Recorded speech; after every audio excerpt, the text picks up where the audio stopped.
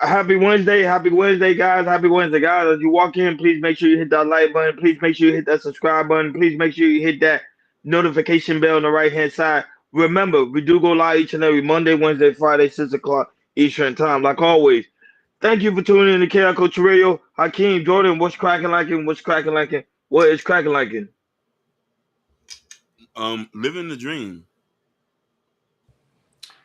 Middle of the week is Wednesday. Feeling pretty good. Actually, I'm pretty damn good. Got tonight off from work. Other than that, we here, baby. We here. So let's get it. Oh wow, you got tonight off of work. That's awesome, man. Them days off of work be the best feeling in the world. But you already know. That being said, Jordan, what's happening in the sports world? What's cracking like now? Oh, let's talk about it. Ronnie, you're gonna love this because we're gonna talk about your team, the San Francisco 49ers in the NFL. So it's been big news that the wide receiver, Brandon Ayuk, he won a contract this year. He's on his final year of his contract. You know, last year, as you guys know, San Francisco went to the Super Bowl. And also, with that, Brandon Ayuk, he was top 6 in yards. And also, he was the second team All Pro and everything. And so this is a contract year. And he's battled with, San Francisco 49ers management of, hey, give me a contract. If you're not going to give me a contract, you want to be traded. Now the San Francisco 49ers has thrown out that, hey, we would accept trade offers for Brandon Ayuk and everything because Brandon Ayuk, he wants to get paid like a top 5 receiver. So basically, he wants to get paid, $30 million a year at that bracket.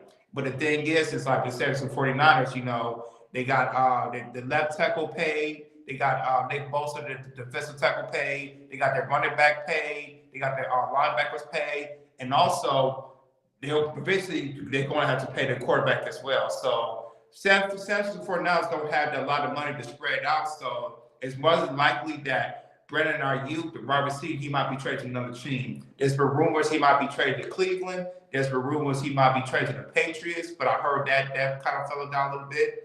And there's also a few more teams to spread the rumors out there too. But we do have a short little clip to play, and after that, we're going to chop it up. Go ahead, Keem.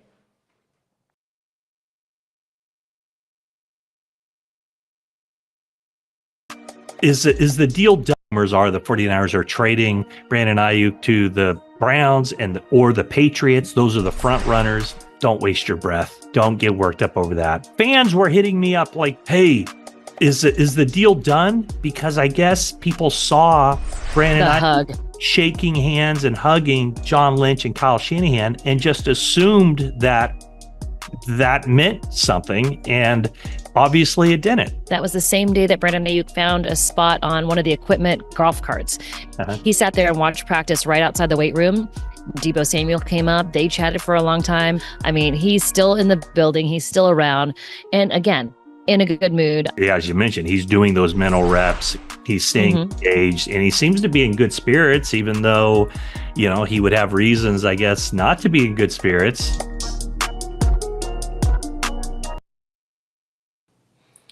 So, yeah, man. So we don't know when he's going to be traded. He might get traded in training camp. He might be traded during the season, or he might be traded during the deadline. But as you guys know, San Francisco 49ers, they're a great team. They're one of the teams that, might see go to the Super Bowl again because they're one of the top 3 or 4 teams in the NFL. And likely, the chance to go to the Super Bowl. But other than that, definitely going to pass it to Ronnie because this is Ronnie's team. This is Ronnie's team right here. So go ahead, Ronnie. What's your take about potentially they might trade their wide receiver to another team? How do you feel? But when it comes to the aspect of Brandon Ayuk, don't get me wrong. During last year regular season, he averaged about close to 100 yards per game. I think about like 5 to 6 catches per game. Not only that, but when it comes to the aspect of being very explosive and very exciting, Brandon Ayuk is the man. Him and Deebo Samuel, I call them the 2 duos when it comes to them, and also George Kittle when it comes to capitalizing the field. Now, when it came to the Super Bowl when they played, they rivaled the Chiefs. Brandon Ayuk pretty much underperformed. I don't really blame him too much. I'm mostly blaming Kyle Shanahan for the coaching when it came to the aspect of the Super Bowl and why the 49ers did not win the Super Bowl again against the Chiefs. So it wasn't mostly Brandon Ayuk's fault. However, when the Super Bowl was over, Brandon Ayuk tweeted the simple fact is it seemed like he's probably done with the 49ers because he don't like where the organization's going. Not only that, but his contract it up. We already know 49ers known for overpaying people. Not only that, paying people for a very long time. That's why a lot of people tend to not stay. You have like I said, Debo Samuel. Pretty soon, Brock Purdy. His contract is almost up. They gotta get ready to pay him. Not only that, they gotta they pay George Kittle. There's so many people. The 49ers is a dominant team, but to keep that dominance, you gotta pay. And Brandon Ayuk want that money and he want that cheddar. So there's rumors that he's trying to go to Pittsburgh. Like you said, there's rumor he's trying to go to the Browns. There's rumor he's trying to go to Baltimore. There's a lot of rumor. But I think, to be honest, I think Brandon Ayuk is going to stay with the 49ers because he still like the organization. He like, you already know, even though him and Kyle Shanahan relationship is kind of shaky, but he still like John Lynch. Yeah, he loved John Lynch. So even though he's on Twitter talking, doing whatever he normally do, but I don't think Brandon Ayuk is going anywhere. I think they're gonna negotiate his contract before the season start. Right now, it's preseason week. Before the regular season start, I think they're gonna finalize the deal, and I think Brandon Ayuk is gonna be able to stay with the 49ers. And if not, Pittsburgh is looking at him, and also Cleveland. So let's see what happens. But I don't want him to leave because I think we got one more shot. I think we're favored to go to the Super Bowl this year, and I think we are gonna go to the Super Bowl and we're gonna finally bring home the trophy home to San Francisco. Go ahead, Akin. Um, you just killed it. All I'm just gonna add to this point is this. There's a lot of players who think they deserve a certain amount of money because they see a bunch of people getting these large deals, 30, 40 million guaranteed, 60 guaranteed. We know that this is an era I could say I've yet to see anybody that's GOAT status who actually deserve the money overwhelming like a Barry Sanders or a Joe Montana. A lot of these guys are, if I would say this politely, entitled. Shout outs to Sherry Bryan. Elitist at a point, thinking that you deserve this amount of money. You haven't won no Super Bowls. You're not Randy Moss, Peyton Manning, or Tom Brady, guys who put in work. Salute the Hassan Tahir show.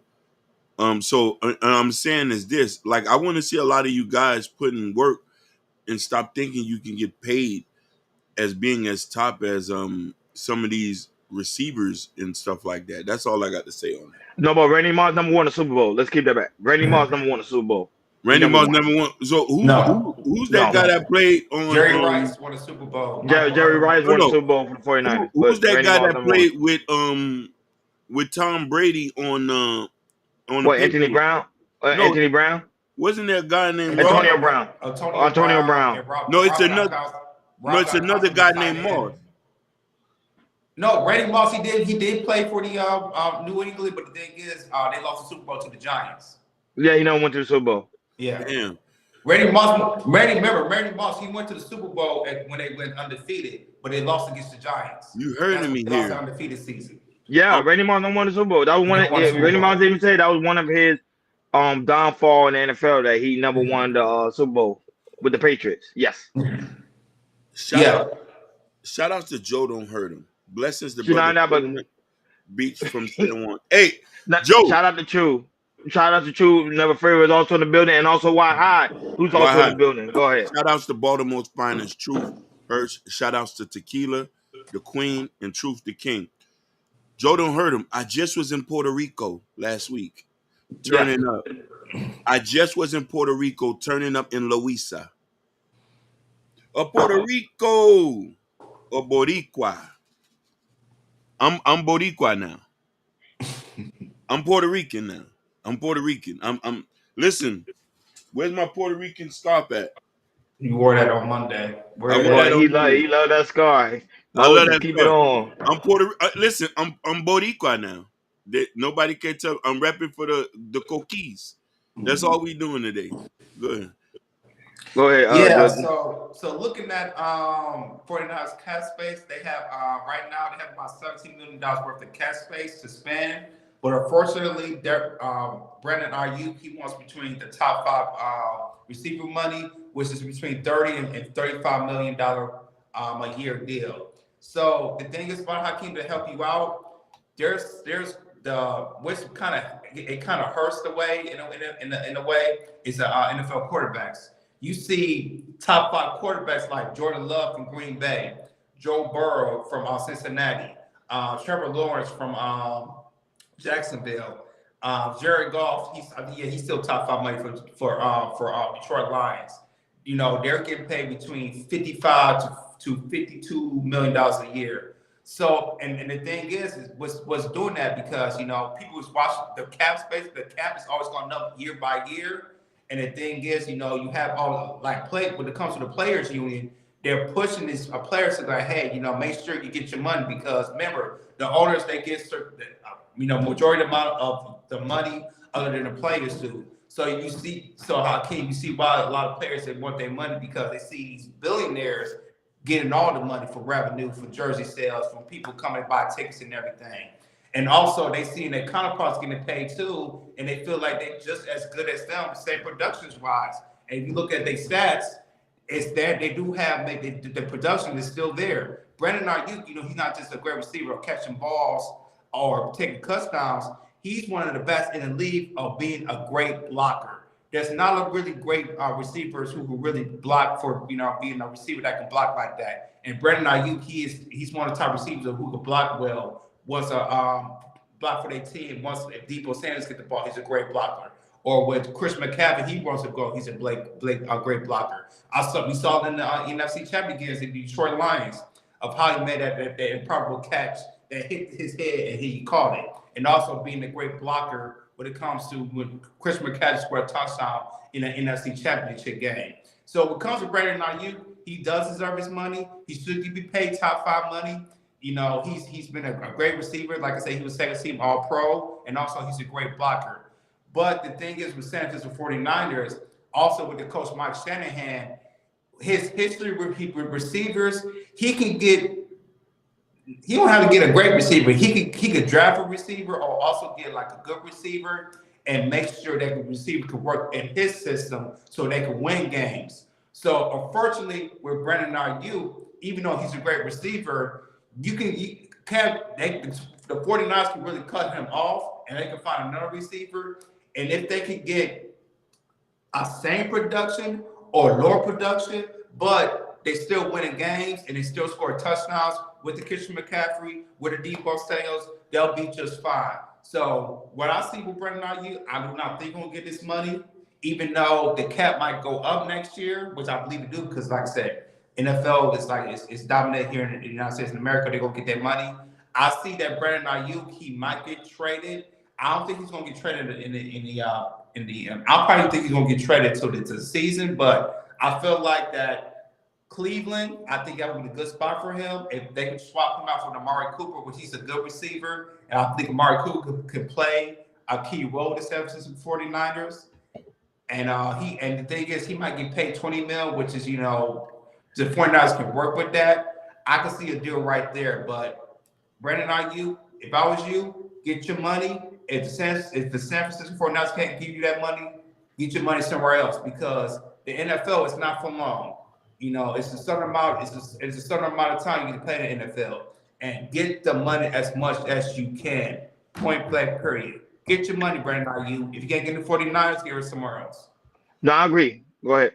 I want to give a special shout out to a young lady who's watching in the clouds. She's at work. Shout outs to you, Queen. And I want to, for new subscriber, for watching us in the cloud. Nice. I'm gonna keep her name private and stuff. Shout outs to Sherry Bryant. Hearts. Hey, give it a heart. Sherry Bryant's hearts too. Everybody. Get her. Sherry. You women always say you gotta smell good. I kind of felt stank right now, so I wanted to smell good through the camera. You know what I'm saying? So shout outs to people, shout outs to the young lady, shout outs to Sherry Bryant, who's all watching us, that young lady who's watching us at work. Thank you so much for watching us. Go ahead, my brother. I duly apologize. No, 100. But I only got the final statement. To me, Brandon Ayuk is not like a Tyreek Hill. Tyreek Hill averaged about close to 200 yards per game. So to me, if you doing stuff like that, to me, you deserve big top dollar. See, Tyreek Hill deserve that top dollar in the Miami Dolphins. But Brandon Ayuk, he averaged about, like I said, close to 100 on a good day.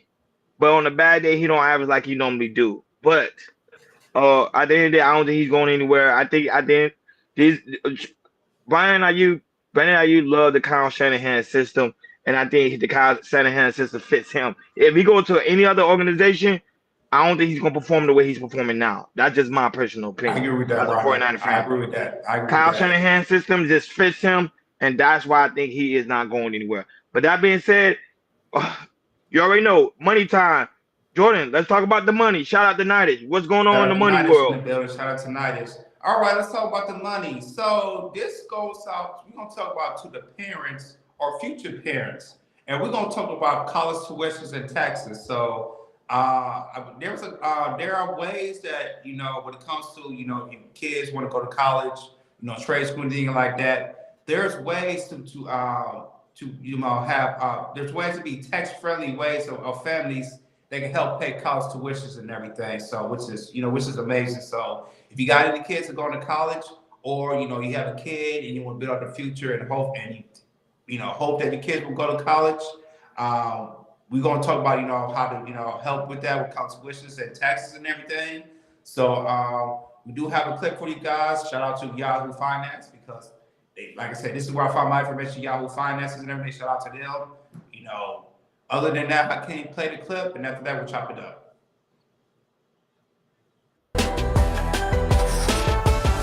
The outstanding federal loan balance is over $1.6 trillion and accounts for over 91% of student loan debt. That's according to the Education Data Initiative. So once you get into the student debt hole, it takes a while to get out, but there might be some tax-advantaged ways for people to pay for their loved ones' college tuitions.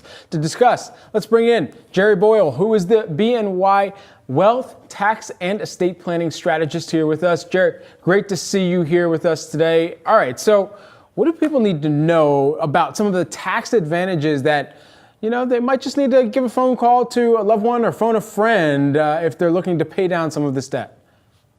Well, as far as paying down the debt goes, I think the planning that you have to do is what you have to do before you actually go to school. For example, a lot of people should be thinking about doing 529 accounts, open up accounts now, putting money into the accounts to save for college. When the disbursements are made from the 529 plan to pay for tuition, et cetera, that's a tax-free distribution. So that's one thing a lot of people should be looking at right now. The other thing people should be looking at is also if they have a relative that has a substantial amount of wealth, that relative can make a direct payment of tuition to the college or the university, and that is a tax-free gift. And a lot of people overlook the fact that somebody can make a tax-free gift in the amount of tuition. And the key there is obviously that it's going to be made directly to the educational institution. If you made it to the student and the student paid the tuition bill, that does not count for the gift tax exclusion. But that's something that's frequently overlooked by people. If it is then given to the student, then the student goes and pays. Who is taxed there? Is it the gift giver or is it the student receiving the gift?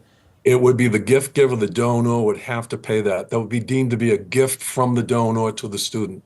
And so it wouldn't be tax-free. Now, you do have exclusions from gift tax, and the exclusion is quite large right now. Right now, it's $13,610,000, so it may not be a big deal for a lot of people. But people ought to take advantage of the fact that if you follow the rules, you can make a direct transfer to the university for somebody's tuition, and that's gift tax free. And so if you are making that direct transfer to a university on behalf of a student, what is the criteria? What's the data that you need to hold on to? And not data, but the perhaps paperwork or receipts that you need to have once you're filing that gift as well?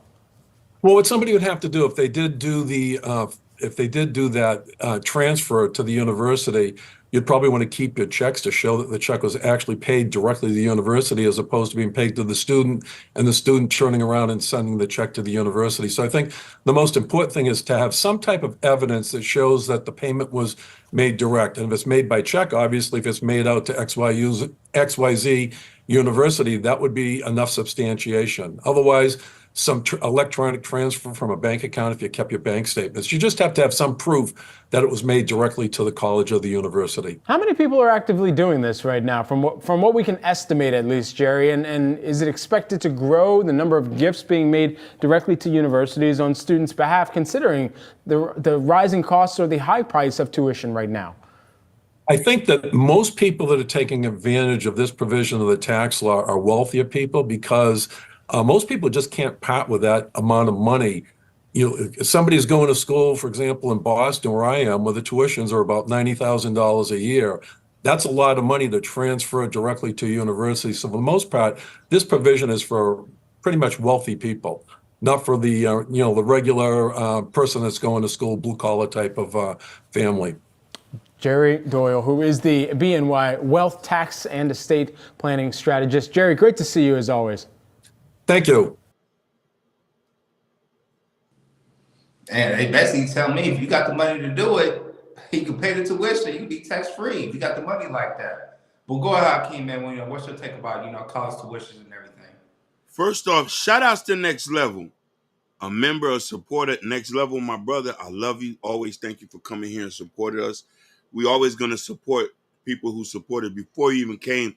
Remember, you came here and support us. I rock with you, my dude, 100. So I love that you say that. Jordan, you have a beautiful daughter. And this is something that concerns us and me and Ronnie, who hope to have kids one day. What they explained was something that dealt with people with disposable income. Uncles, aunts who have businesses. They're making now contributions on behalf of kids to this. Now, here's the thing. For people with honorable means, you could still get ahead with this whole college tuition thing. That's just one thing. If you're a grandmother or an aunt, sometimes if you shout out to Tickle My Fancy. Hey everybody.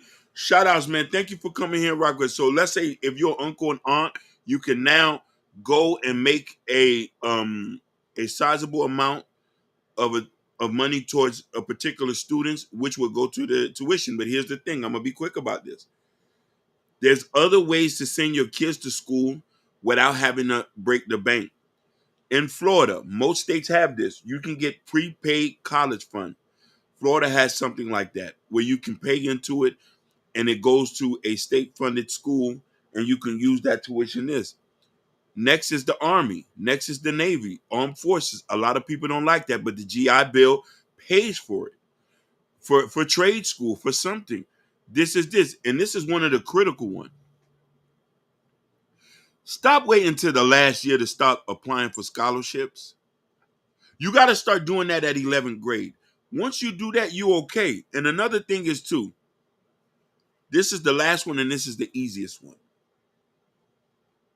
When your baby is born, set up a brokerage account. This is not financial advice. Invest in the S&P 500 and put $20 until they turn 18. You'll have matter of fact, you'll have more than enough money to put them through school and buy them a house and a car. $25 every check until they turn 18 for 18 years. That's all you got to do. Go ahead, bro. Man, facts, man. Hakeem, you saying facts all over across the board. And not only that, my issue with the student loan debt, not the student loan, the whole thing with the student loan, also the college tuition. Like, if you go to other countries, going to college is free. I don't know why yet United States have not put in their law to make college tuition free. Why do these kids have to pay so much money out of pocket? And that's putting a lot of people in the hole. But we already know we live in a capitalist society, so everything they're going to try to use is capitalize on everything. So that being said, Hakeem, you say nothing but facts when it came to the aspect of making sure you apply for scholarships quick. Don't wait till the last minute when you're about to get ready to graduate. And not only that, when your kids, before they even born, making sure to create a brokerage account. And then even if they after they're born, I don't know you guys remember growing up, they used to have a commercial about the Gerber baby. People Yep. completely forgot about that. Yep. How Yep. come they don't have it anymore? Because they don't want people to be able to capitalize. So them stuff still resonate with me. So I know like, okay, I gotta make sure to have money aside for my kids near future is to build up now and don't wait till the last minute because I think the student loan debt ain't going anywhere. I think it's gonna increase even more to probably to like $2 to $3 trillion because people are gonna continue to go to school. People are gonna continue to want to have that college experience. So people are gonna continue to take out all student loans.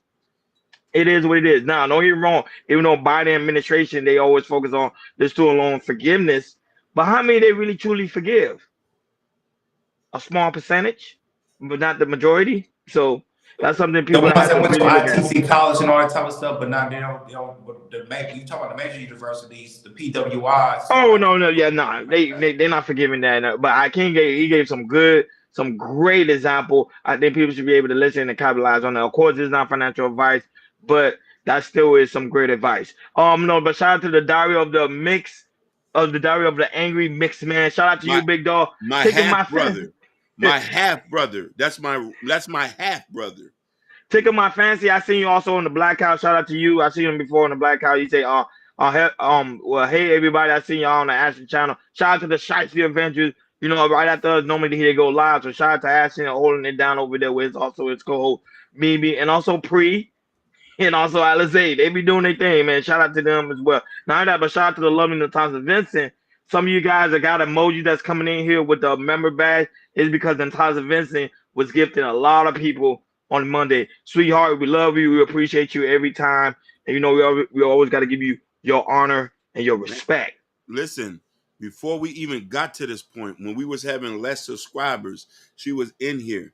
Mind you, you attached to some giants, and you Yes. still came here and rock with us. So, I'm a man who doesn't like to show emotions half the time, but I do appreciate you. And I do too, Natasha. And we appreciate. And you've been thick and thin. And when it comes to people that troll, even though sometimes you might think it's okay, you put the hammer down and say, "Hey, it's not happening." Either you time them out or you block them. We appreciate you, Natasha. And Of course. and just believing in us on this channel or what we're trying to do. Building this channel and we're trying to do a community. So Natasha, we appreciate you so much. So you got kisses and hearts from me. Kisses and hearts. Yeah, I knew Natasha all the way back since Anton Yeah. days, and I want to say she's such a sweetheart, such a lovely person. That's why I say I always hold her down anytime. You know what I'm saying? Nobody touching Natasha. I ain't not on my watch. Now, even my wife, even if I get married, and my wife be like, "Who is this woman?" Nobody touching Natasha. That's just off limits. Off limits. But that being said, go ahead, Jordan. Do your thing. All right, so going back to the college situation. So this is a good bit of information I know. So hopefully, if my college if she decides to go to college, and I know Chaos Coach Loretta, when we get like that, I can have the money to do something like that, which is a great thing to do. And also, what I do like about in California, once your child is born, usually like a month or two, they give you a letter, and they have like a program called the College Kids, of which you can put, if you put like a deposit down, it's like $50 or $100 right there. You get like free cash. So if your kids want to go to college and everything, and you can keep putting money into the bank until once your child is ready to go to college, you have some amount of money to save up that you can use it to go to college. But I think it works only in California if you go to California college. I got a bit more information on that. But other than that, you guys, when it comes to college and everything, first of all, you gotta make sure your kids really want to go to college or not. Because sometimes the kids, when they graduate high school, they still don't know what to do. And if they don't want, and sometimes sometimes with kids, college is not what they want to do immediately once they get out of high school and everything. Because I feel like there's sometimes with kids, they kind of be pressured to go to college because of peer pressure, school, family, mothers and fathers, and anything like that. So you just make sure that we taught your child if she really want to go to college or not. And if she does want to go to college or not, you can do the necessary things to save the amount of money so you can pay for tuition, books, anything, room and board, anything like that. But other than that, shout out to Yahoo Finance for giving me that information that I need, I need, and also for other people who do make this type of money, so they can pay tuition, it can be tax free. And learning that information does help me a lot, because I know with this channel where we're gonna build, by the time will be ready to go to college, I'll have the information right there. All right. If I have the money, it'll be tax free for me. So shout out to Yahoo Finance. Shout out to Yahoo Finance for giving us information, and also using their concept what we're using, because they always there for us. Now, but shout out to the lovely Shicey Bun for being in the building. I couldn't wait to go to college so my parents would get out of my business.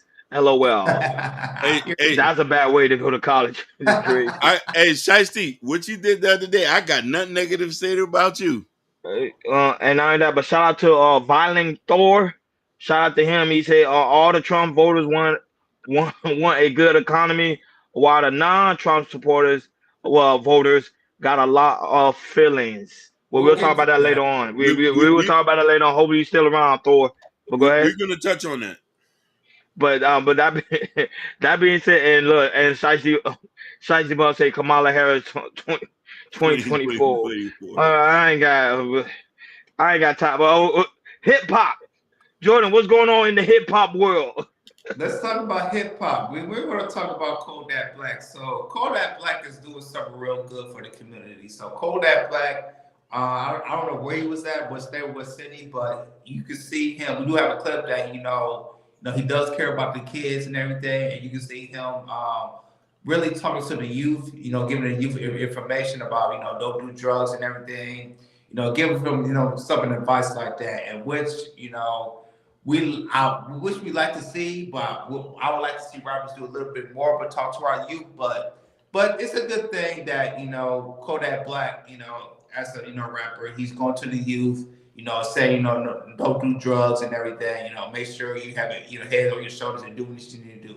So with Kodak Black, I think it's a good start by him doing that, and hopefully, he'll invest more in the community. But other than that, we have a clip for you guys to show what he was doing, and after that, we'll chop it up. Go ahead, King. Say no to drugs, they too good. Y'all gonna like it, go crazy. This right here, this shit teach y'all discipline and all that good shit. You feel me? Like, you gotta go to school, play football, you gotta have your education. Oh man, this is what you learn. Team and brotherhood and all that. You know what team means? Team means together, everyone achieve all that good shit. You feel me? So we lit. Ain't no one of y'all own my for how raw y'all live. Ain't no one bigger than the team. Oh yeah. So y'all Brick City, ain't none of y'all bigger than Brick City. Yeah, RJ, I told him about you, RJ. Lamar Jackson. Lamar. Yeah, RJ. Lamar Jackson. Yeah, RJ. Ricky Kodak.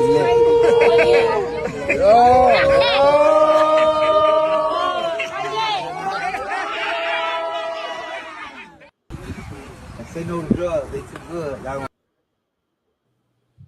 So we know what Kodak Black, he does, we saw in the past that he does have a problem with drugs and does have a problem with the law too. But, it's like I said, maybe this might be a good start for Kodak Black, start with the youth and everything. But hey, man, hopefully he have his what he's saying, he keep on doing what he's doing. But other than that, Ronnie, what's your take on it?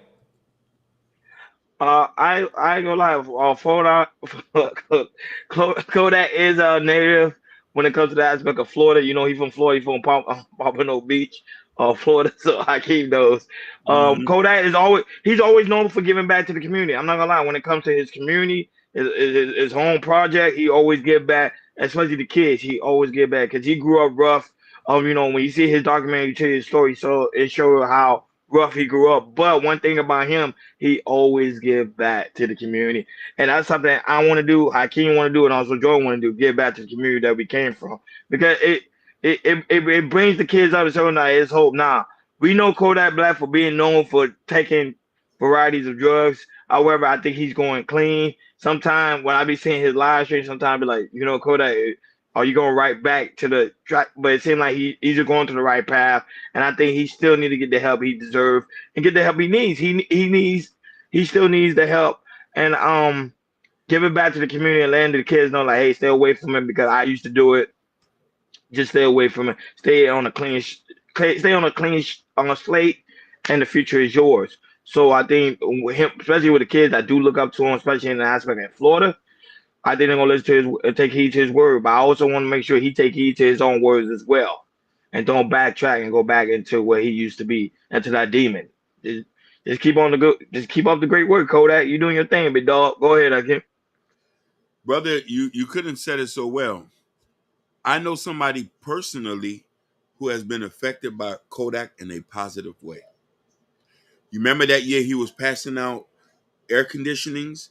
I know somebody who he gave an air conditioning to for free.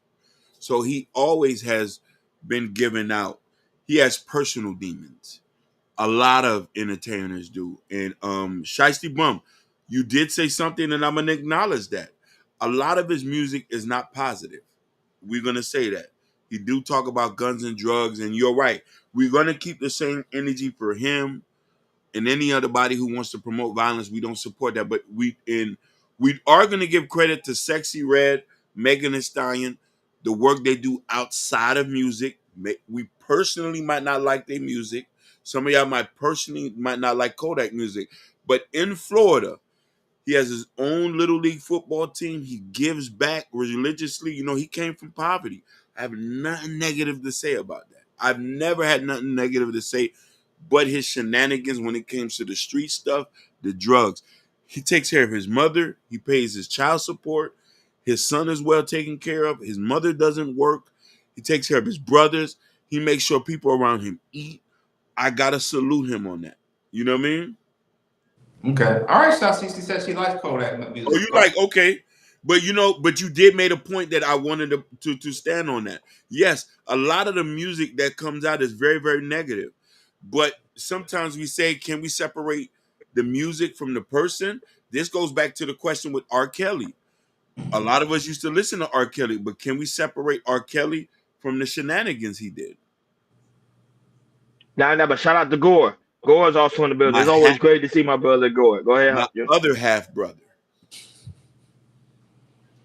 But yeah, man, yeah. All I was gonna say, you guys, clearly said what you guys said perfectly. Shout out to Kodak Black. He still gives to this community consistently, and you're right about it, Hakeem. He does have personal demons he's still dealing with. I believe he is 20. Was it 27, 29? Yep. Yeah, he is 27. So he's still a young cat and everything, still young. So just wish the Kodak, just keep doing what he's doing, still can continue to get back, and I feel like he's doing a great, phenomenal job, and then hopefully, he could continue fix his personal demons because, it's not a good thing for him and it's not a good thing, for his family, anything like that. So shout out to Kodak Black. Keep doing what you're doing. Keep giving to the community because, a lot of, like I said, a lot of people in your area, especially South Florida, looks up to you. And, like you say, you have a football team does get back. So just continue to do that and continue, change young children's lives and not, not going to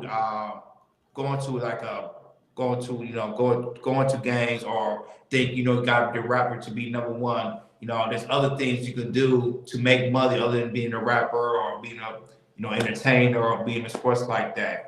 And what Kodak doing is really a phenomenal job. So shout out to you, Kodak. Keep doing what you're doing because you and more people like you that's in the rap game. We need more like you guys, to help change the community around. So shout out to Kodak Black. Not that, but also shout out to Mean Street. Mean Street, we appreciate you, my brother. He's been coming in for a very long time. I don't know if it was a woman or guy, but shout out to Mean Street. Mean Street be here for a minute, man. Really appreciate you for coming through like always, man. Always holding us down. You know what I'm saying? And not only that, but we had to get Mean Street. We had to give you a wrench, big dog. You've been here very consistent. So you know what I'm saying? Welcome to the Chaos Culture Radio family, man. I appreciate you and also your comment. No, not I. We appreciate you for always coming through and dropping gems. And you say, "Oh, we not going." Everybody waiting for the political talk. Well, that being said, okay, guys, make sure you like, share, and subscribe, and hit that notification bell as we get ready to deep dive into different variety of topics. Yeah, as y'all know, it is Panel Wednesday, so Hakeem gonna get ready to drop the link. It will pretty much give you guys the opportunity to join us on the panel as we deep dive to different variety of topics. And remember, guys, keep it clean because we all monetize. You know, normally we do the reckless. We keep the cursing to a minimum, please. That's all we ask. But that being said, Hakeem dropped. So we get sponsorships. We want sponsorships for our show. That's what we need. Hey, and not only that, but guys, don't be afraid to support as well. Support me, become a member. Not only that, you guys can super chat, cash out, whatever you prefer. Support the platform because we all gonna give it back to the platform. Go ahead, Hakeem. Sorry about that. Hey, we trying to make it kid friendly, so please be careful with the cursing. Yeah, and the link is pinned on top of the chat, so you guys who want to dive in and come in and talk about, what's going on, Clay, out of Clubhouse? Sporty is in the building. Shout out to Chaotic. You listen. I love Sporty, dude, man. Go ahead. You know what? No, the guy you come because he came to Chaotic Clubhouse, came to Chaos Culture Radio. Hey, I religiously watch his show. So we bonding. Chaotic and Chaos Culture. Yeah, we need to do a partnership. Hey, Chaotic, we need to do a partnership. Holla at us, Chaotic. We ready to work. That's Sporty. He work. He puts in work. Sporty do work. Sporty do work. Let's make a super chaotic chaos in this YouTube space right here. We can do that. Yeah. Yeah, but that being said, Jordan, go ahead, do your thing, big dog. All right. So people, I know we're gonna talk about politics, so I'm gonna wait till the first hour to get to politics because that's when a lot of people come in the first hour. So we have 20 minutes. So I do want to hit two topics before we hit the first hour, and then after the first hour, we're gonna hit the political things. So the first topic, I do want to talk about this to you guys. I do want to give you guys info on this because there was a millionaire who went viral who had her daughter and telling her and say, hey, I'm teaching not just her daughter, but I think he has other daughters too, to not, to never go out with a guy that pays 50-50. So all his daughters that he has, he wanted him to make sure, his daughters, they get, the man get paid for everything like that. And he's teaching his daughter to do like this. There's some people who agree, but there's some people who really disagree with what he's trying to teach his daughters and everything. But needless to say, you guys, we do have a clip for you guys to get you guys' reactions. So go ahead, I can't play the clip, and after that, we'll chop it up.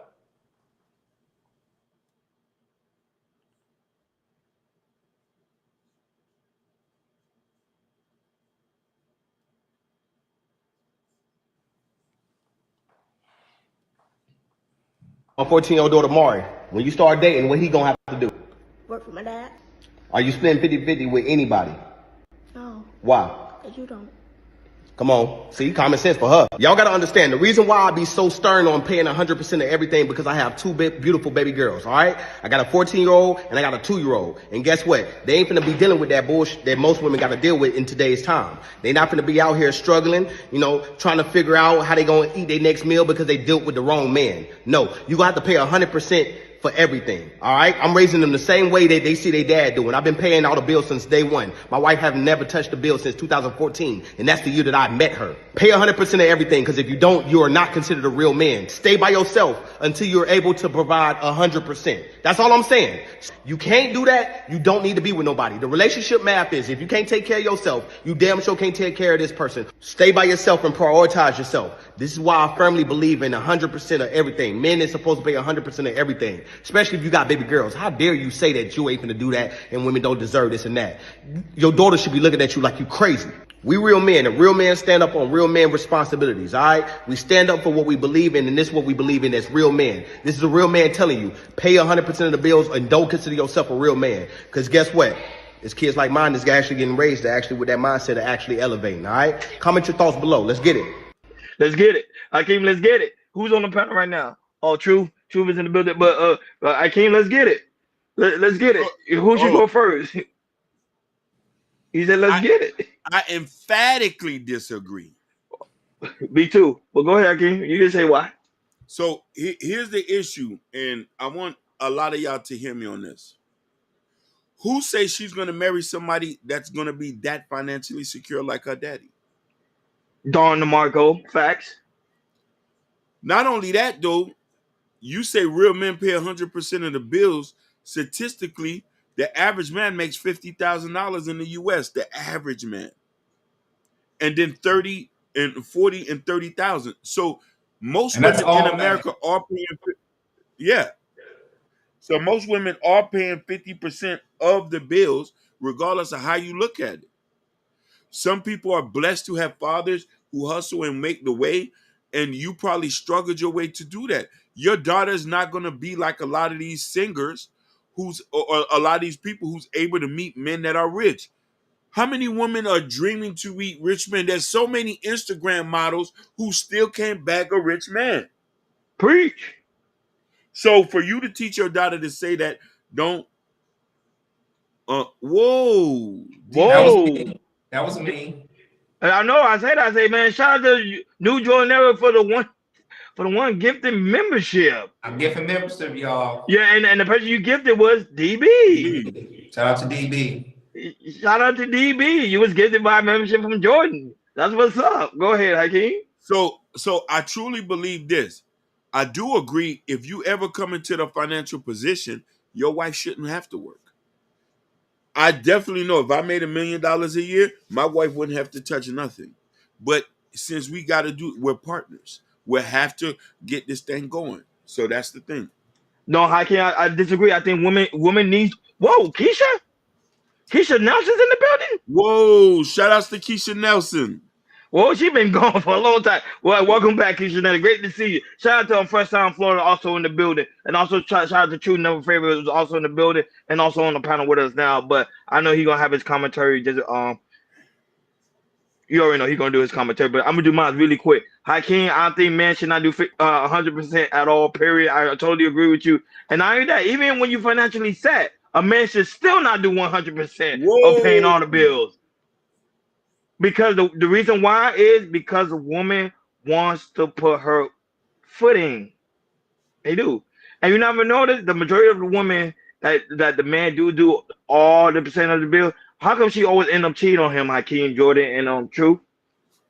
It's because she wants to be used. Women just don't want to just sit around and not do anything. You got to put that woman to work. Women always say today, Hakeem and Jordan, and also True, about how it seems like men is trying to put us back into that slavery role. They're trying to make us be submissive and stay at home, take care of the kids, and have no form of independence. So that being said, since we live in that type of generation, put these women to work. Put them to work. Yeah, Shiesty, but I already told you I ain't a real man. I told you I'm a toxic man. You understand? I don't know why you don't understand that to this day. I'm not a real man. I'm a toxic man. And not only that, but a real man will also tell his woman the same thing. Hey, baby, you need to go to work. I don't want you in this house all day, every day. That's not happening. Go ahead, Jordan. Hey, I concur with you too as well. You know, I definitely disagree with what he was saying. You know, it just tells me, like I said, how he raised his child, and I'm raising my child is totally different. Like I said, I will raise my wife to be a wife, but also she will be a hard worker as well. So make sure, you know, she'll be a helpmate to her husband. So she, you know, so it'll definitely be some working involved in anything like that. But yeah, man, I dislike what he was saying like that because, and also he's kind of, spitting on men that, you know, who doesn't make be millionaires, because all men is not gonna be millionaires in their lifetime. So with him say, you know, you're not a real man, you know, if you can't take all your kids, you know, that's to me, I don't like that. You know, you spend on other men like that because nobody's gonna make as much money as you. So it's gonna be majority average people, especially in United States of America, and how inflation is, that a lot of people, men and women who are together, you know, it's gonna be 50-50 or 60-40, 70-30 or whatever, or people got paid, men and women got paid some type of bills and anything like that. So, but nothing to say like that. How I'm raising my daughter is like, you know, she will be raising her to be a wife, but also, hey, you know, make sure you help your man out. You know, make sure you have the skills you need to help the man. If you need to work, go work. You know, you're gonna have the skills to do that. You know, my daughter, she's not gonna be, you know, the type of daughter that, you know, when it comes to the man, the man got paid 100% and everything. No, you know, she gonna learn how to cook. She gonna learn how to clean. She gonna know, basically have the skills to be, you know, when she wants a husband, she'll have the skills to be ready to be wife ready. So what he's doing, he's with that man. So with his daughter, he's doing a terrible job because like what Hakeem said earlier, what if that your daughters can't find a man who will make 100%, will pay 100% of the bills because the mindset you are putting into your child like that, which is wrong.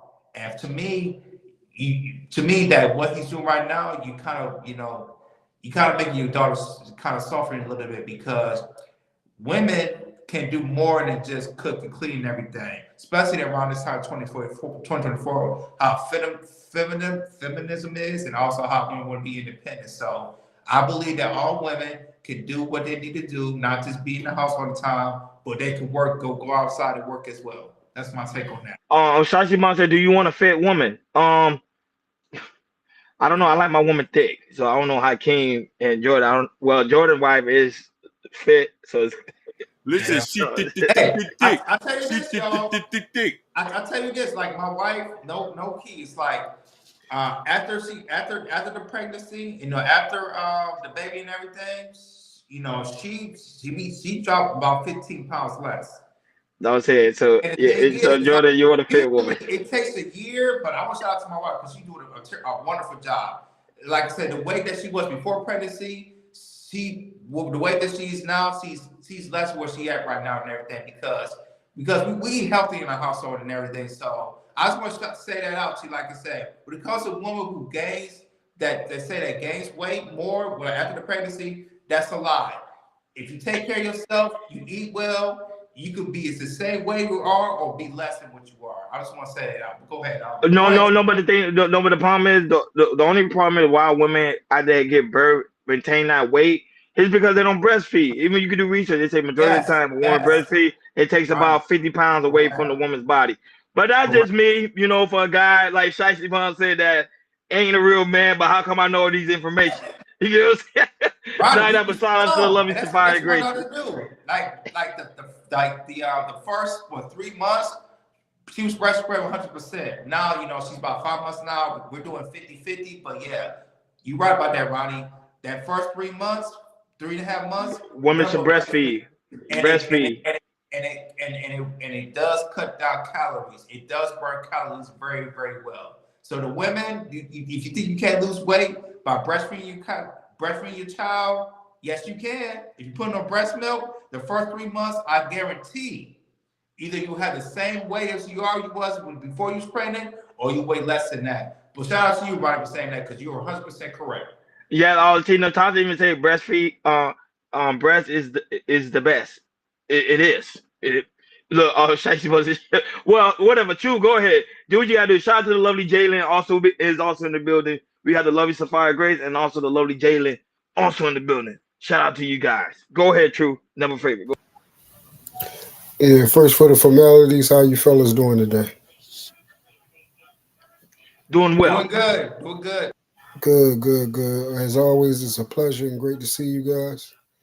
What I need you to do is, could you please replay the video one more time so I can make sure I get in totality of what I just heard.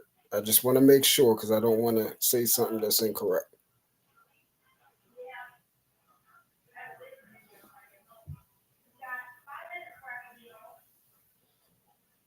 It's my 14-year-old daughter, Mari. When you start dating, what he gonna have to do? Work for my dad. Are you splitting 50-50 with anybody? No. Why? Because you don't. Come on. See, common sense for her. Y'all got to understand, the reason why I be so stern on paying 100% of everything because I have two beautiful baby girls, all right? I got a 14-year-old and I got a 2-year-old. And guess what? They ain't finna be dealing with that bullshit that most women got to deal with in today's time. They not finna be out here struggling, trying to figure out how they gonna eat their next meal because they dealt with the wrong man. No, you gonna have to pay 100% for everything, all right? I'm raising them the same way that they see their dad doing. I've been paying all the bills since day one. My wife have never touched a bill since 2014, and that's the year that I met her. Pay 100% of everything, because if you don't, you are not considered a real man. Stay by yourself until you're able to provide 100%. That's all I'm saying. You can't do that, you don't need to be with nobody. The relationship math is, if you can't take care of yourself, you damn sure can't take care of this person. Stay by yourself and prioritize yourself. This is why I firmly believe in 100% of everything. Men is supposed to pay 100% of everything. especially if you got baby girls. How dare you say that you ain't finna do that and women don't deserve this and that? Your daughter should be looking at you like you crazy. We real men, and real men stand up on real men responsibilities, all right? We stand up for what we believe in, and this is what we believe in as real men. This is a real man telling you, pay 100% of the bills and don't consider yourself a real man. Because guess what?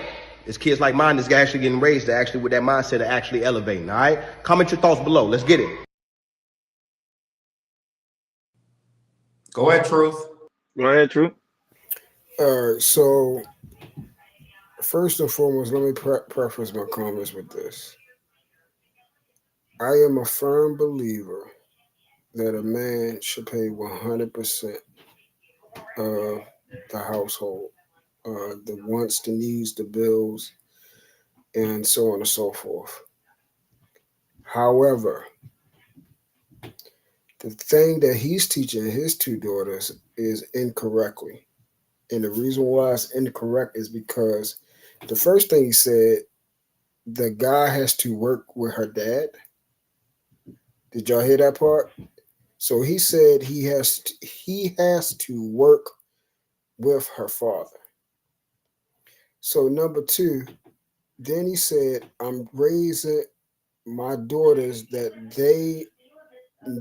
they're not worthy of this, that they automatically receive this, which then in turn teaches them that they don't have to earn or be the very thing that they're asking for. So in my situation, me and my woman have agreed that that is how we're going to, adhere to our, lifestyle, our relationship, our marriage, is that I pay 100% of everything. And that's what I know. That's what I see. My father, that's what I see my grandfather. That's all that I know. That's the traditional way of doing things. Essentially, you pay the cost to be the boss. So because that I take that road and completely pay for everything, now I have the submission and the things that I am asking for, because she knows she is completely taken care of, and all she has to do is focus on being a woman, wife, and mother. She doesn't worry about the qualms and the problems that the world has to offer and lay on the shoulders of men. Women aren't supposed to have broad shoulders; they got hips. We got the broad shoulders to take on the world as men. You see what I'm saying? But the thing is, the reason why I'm carrying that way with my tequila is because she's worthy of that. I know by me taking care of that responsibility with her, I am going to be taken care of. Our family, our household is going to be filled with love and taken care of. There's going to be food cooked for us. The household will be clean. She will be happy. And when I get off of work, it's me and her time. You see what I'm saying? I know that she will be, what I call sitting pretty. When I get home, she will be smelling good. She will be beautiful. Our children will be taken care of. Homework and everything will be done. They will be happy. They will have their mother 24/7 for what they need, while they go to school and waiting for her. You see what I'm saying? Those type of things bring it into, the completion of a happy home. And we go by, happy spouse, happy house. So that means that both of us have roles to be completed. And as long as I do my job as a man, she has no problem being the woman that I need. But that means she's worthy of that, not because she's expected to get that because she's a woman with breasts or a vagina, or because it's mandatory to be said. She's worthy. She's earned that from me. That's the difference. And I taught the same thing to my daughter. My daughter will go out here. She's going to college. She's going to get her career. But there's two different things. It's a difference between a woman with a career and a career woman. My daughter will be a woman with a career. She knows to lay that down when she finds a husband, because she knows she's created for a husband. She's not created to be a career woman. She's not created to live upon herself. She's not created to be independent. Um, that the traditional values, I do agree. I was raised with a traditional value. Hakeem can tell me, Hakeem, Jordan, we was all raised with a traditional value. However, we live in a different generation and a different dating market. If you taking care of all the thing and the women do anything, I promise you, she's gonna get a man and she's gonna be doing a lot for that man while you taking care of all the bills. There's videos after videos after videos on social media. I mean Instagram, where there's husbands, Hakeem Jordan literally leaving cameras behind just to find out their wife is cheating on a deadbeat, a raggedy man that comes in and has nothing to offer. While the man take care of all the bills. You know why that is? Because women want they want their independence. No, because that man's a chump. Women do not walk over. Women do not walk over any type of man, bro. First and foremost, a woman that does that, she does not love the man she's with. If she does not respect him. So the first and foremost, why would that man be with a woman like that in the first place? Like that type of behavior just don't come out of nowhere. Guys are choosing these 304s out here and then expect them not to do what they are. No, these are not these are not good. They're not Instagram baddies. I can show you clips that there are not Instagram baddies. Even Jordan can tell you there are not Instagram baddies. No, I mean like they're not meaning they're not like the top tier women that guys be like, oh, no, I ain't talking about these are regular women. But average. Yeah, I'm not talking about that. I'm not talking about top tier women or anything. I'm talking about average looking women are 304s too. See, I think the problem is we think that women that don't wear glasses and regular shirts and dress in jeans are 304s too. You're talking to a man that had a plethora of women. I dealt with all different kinds. They come in all shapes and sizes. They come in all different type of clothing. They come in all different type of backgrounds. A 304 is a 304. If she's going to drop them drawers, she's going to drop them drawers. There's nothing you can do about it. The fact is, you should be a man that is able and aware enough to know what type of woman you're dealing with. If you don't know the fact that you got, a creeper in your midst, that's your fault. And you deserve to be cheated on. Because you bring it to the household. But prime example, a woman will have a man. Let's say, as a woman get older, now she want the man to be a provider. But when she in her younger state, the man don't really have to do nothing. The women normally take care of everything.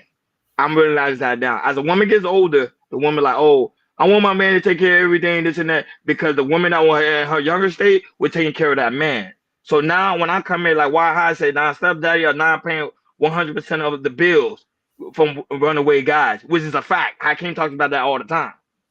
It's a fact. We end up paying all the majority of the bills while the guy before me didn't do nothing. Why I got to pay 100% of the bill when the guy before me didn't even do anything? That don't make any sense. Well, why choose that type of woman? I'm just saying in general. It's not me choosing that type of woman. I'm just saying in general. A lot of guys are facing that. That's why a lot of guys are out here upset. They are upset. They are angry at women. Yeah, and I will say, a lot of guys are mad at what they're choosing. That's the crazy part. Like a lot of these guys, the type of women that they be dealing with, bro, I could automatically look at them and say, bro, you can't see that she's trying to bust it open. Like if I wanted to sleep with her, I could. Like you can like when you dealing with women, you can tell these type of things. You can see what type of motive. If you're used to dealing with women, a person that's not used to dealing with women, guys that's not used to dealing with women, they don't know how they move. They don't know how they speak. They don't know the choosing signals that they provide and give to other men. Like you can be walking with the shorty and you don't know she gave a nigga in the mall the choosing signal right there.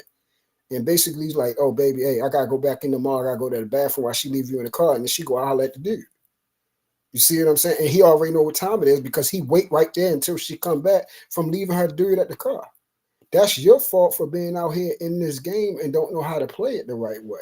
That's your fault. Okay, I can go ahead. Go ahead, I can go ahead because I know we got to move on, but go ahead. I'm going to agree and disagree because here's the thing. Men discernment skills are a little bit different than women.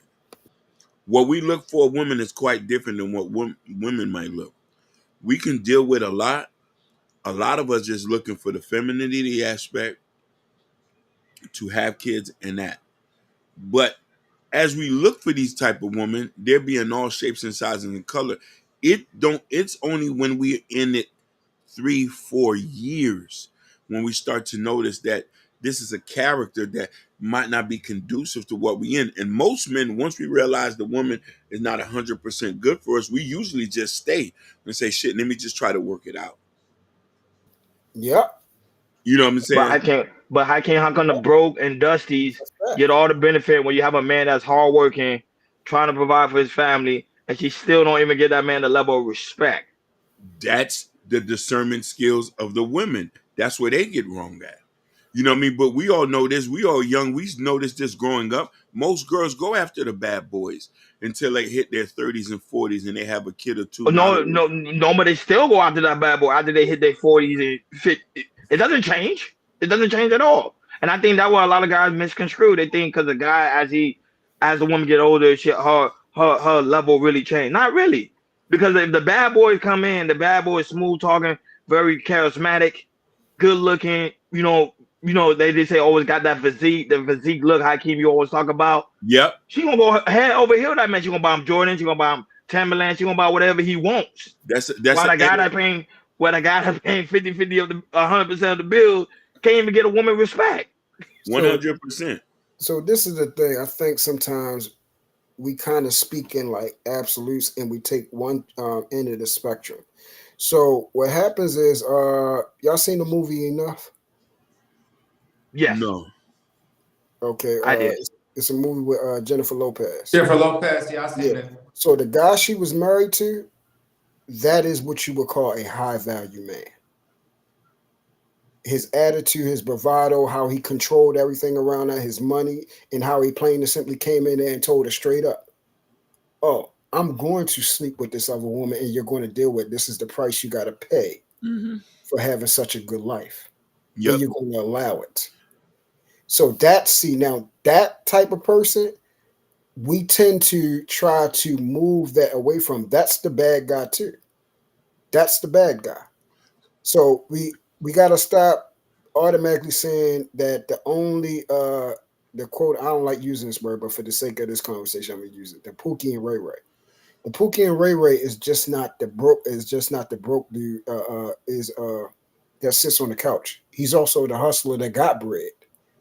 He's also the man that out here getting to it, out here owning a dope game, got the cars, got the fly, got the honeys, running the strip clubs, running the whole strip. That's the Pookie and the Ray Ray as well.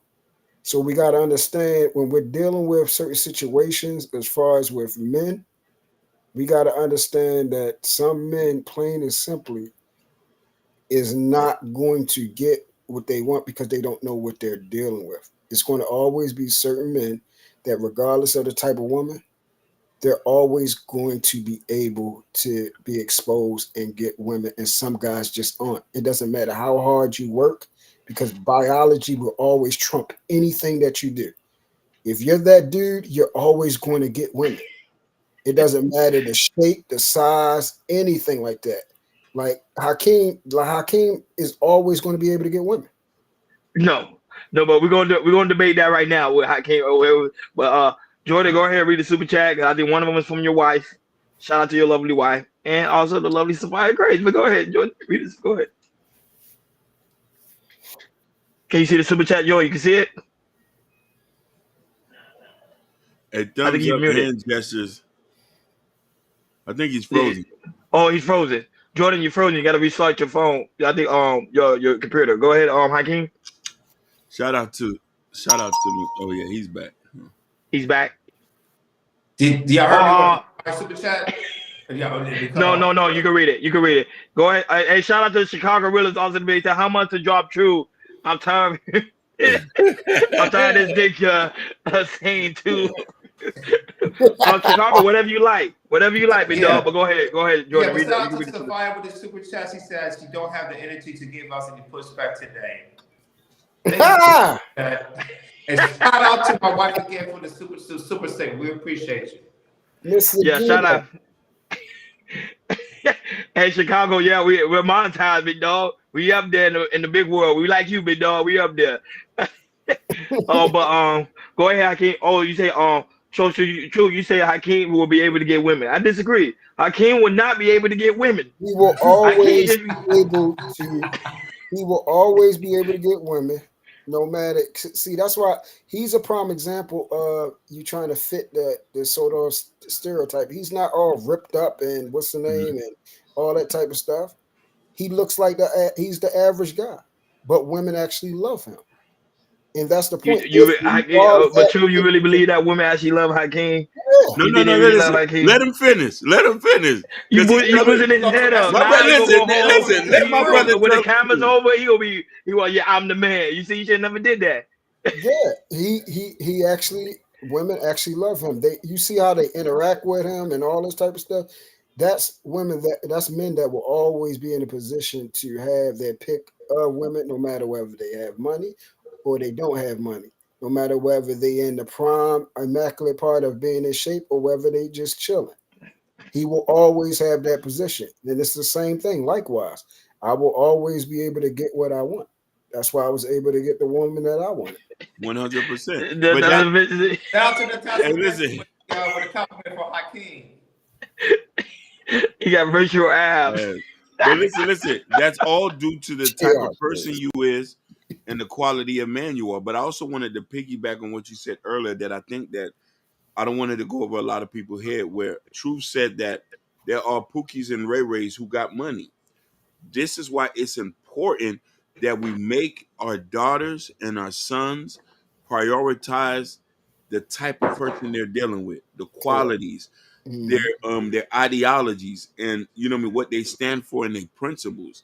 And this is the reason, you know, we're from a very materialistic city, Miami, Houston, Chicago, New York, Baltimore, Washington D.C., where women value money more than the type of person they're dealing with. Just because a man got money doesn't mean he's going to be a good husband. Correct. Just because a man is successful don't mean he's a good provider. Most women want a provider and a protector, but they want those people to be also their partners. When you deal with a man who has money, he doesn't view you as a partner. Correct. You know, man, unless he doesn't have a foundation with God. And him having a foundation with God and understanding the Bible, he knows that his woman is his partner. When he finds a wife, he finds a good thing. And these are the points that women want to hear. They want to be acknowledged. They want to know that their input matters. They want to know that decisions are being made. They allow you to make decisions if they can trust you. And then on top of that, you allow her to make decisions you can trust her. So man, If I say you too much work, Hakeem. I hey, already know it. Clipping listen. toenail is too much. You see, too Hey, much. too much work doesn't mean she not with it though. But Sophia, She didn't say I'm not with it. But Sophia, you get a whole package deal. You get a whole package deal on what I'm providing. And okay, so Hakeem, not only that, but last point. Let's say if your wife is very sexually active. Most men can't perform. Yeah, that is true. So how do you deal with that if you have a woman that's very sexually active and most of the time he's not able to perform? I'm doing Pilates and I'm popping Viagra. I just want you to say that. I'm like this every day. I'm eating the fruit. I'm eating the star fruit. You know what I'm saying? I'm getting the penis pump. You know what I'm saying? You know what I'm saying? Listen, we doing whatever to make sure baby's all right. She cooking, cleaning, she gopping up. I gotta make sure this, and I'm allow her to sit on my face 3-4 times a week. Wait, dude, this is not chaos out the dark. This is not where you was at. This is not chaos out the dark. Go ahead. But see, that be the whole thing right there. Hopefully, some people don't know what that means. We don't even have this is the problem. We get into these things and don't even know who we dealing with. Yes. Why would you get with a woman who's active like that when you know you ain't even already on that time? You know you get it once and you done for the whole week. No, because I only say that because I think everybody knows that as a woman get older, her sex drive increase. It doesn't decrease. It increases. Man's sex drive tend to decrease as we get older. Now, so that's why I said that just for the sake of argument. Go ahead. You speaking of absolutes now? No, I'm going based on the studies. The studies show that as a man get older, his sex drive tend to decrease because the simple fact is We working a lot. Like I can't say we working. Remember, if we gonna Or pay not eating well 100% of the either. bills, we gonna be working a lot. And All not right. eating So well either. so basically, this is what you say, Joey. I said not eating well as well, which Correct.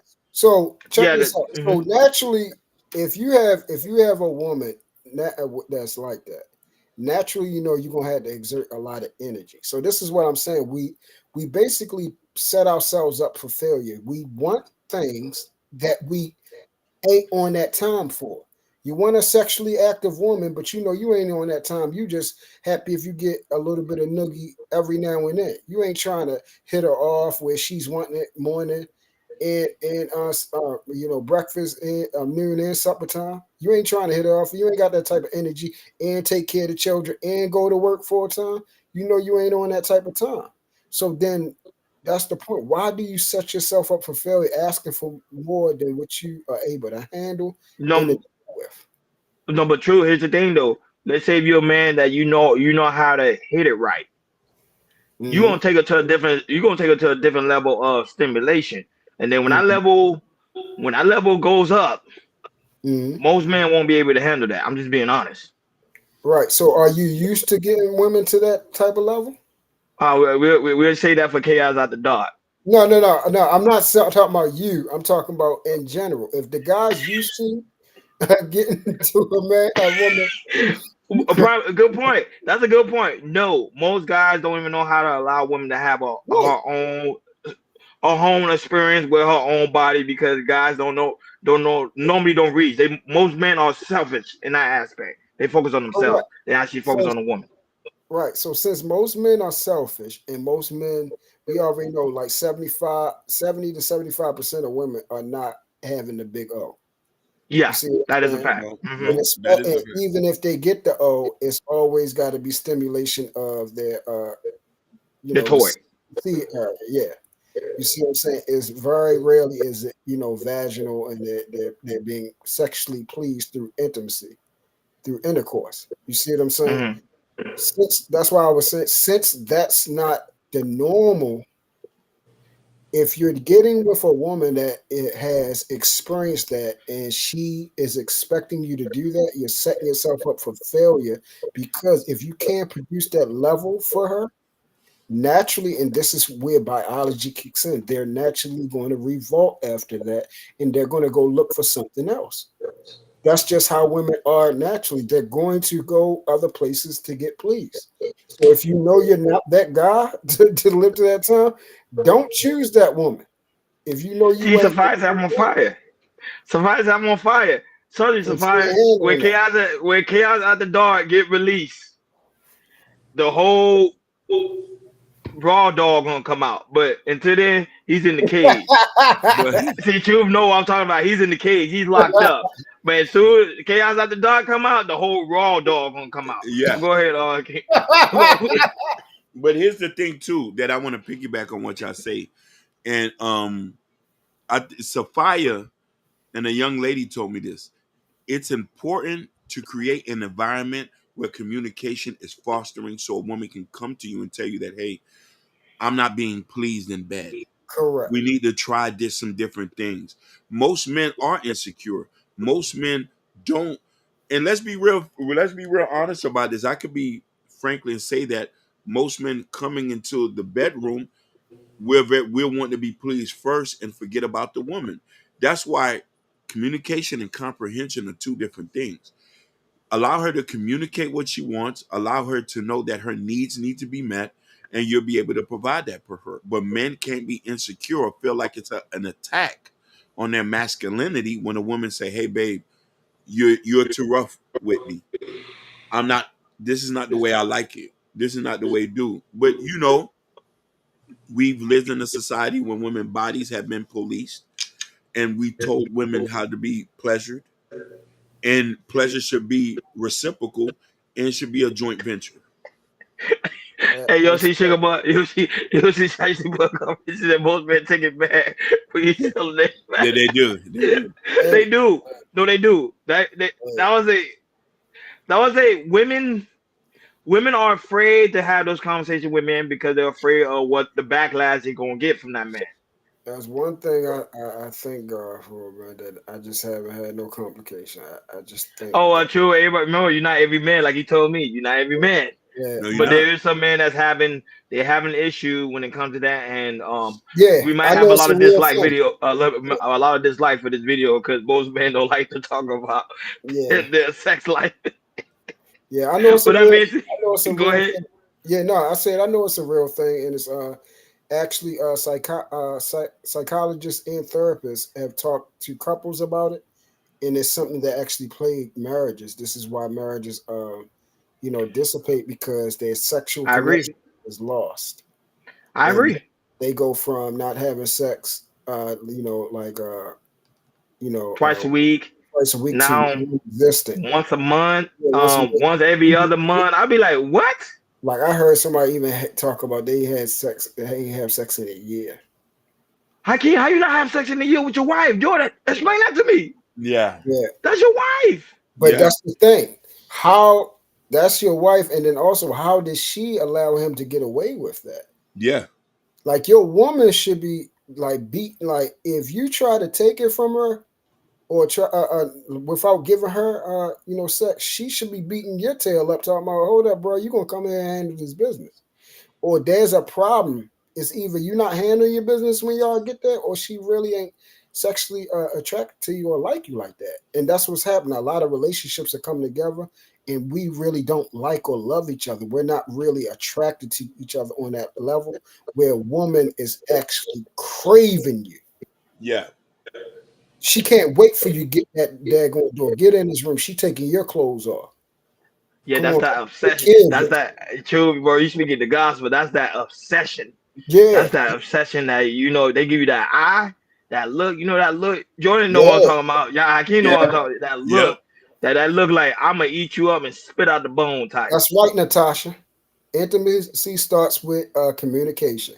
So automatically you can tell what type of time your woman is on and whether she likes you because y'all will have these conversations. Y'all will 100%. have these conversations throughout the day because she wants her fire lit all day long because she know, man, when this man get home, man, he going shorty. Wait, Sophia, you celibate? Shorty. My That's husband will cap. take care of business. That's what they should be thinking about. I can't wait. Let me get these kids together so I can get taken care of when he get home. So I also want to say too, like lots of time in our community, we sometimes have sex for survival.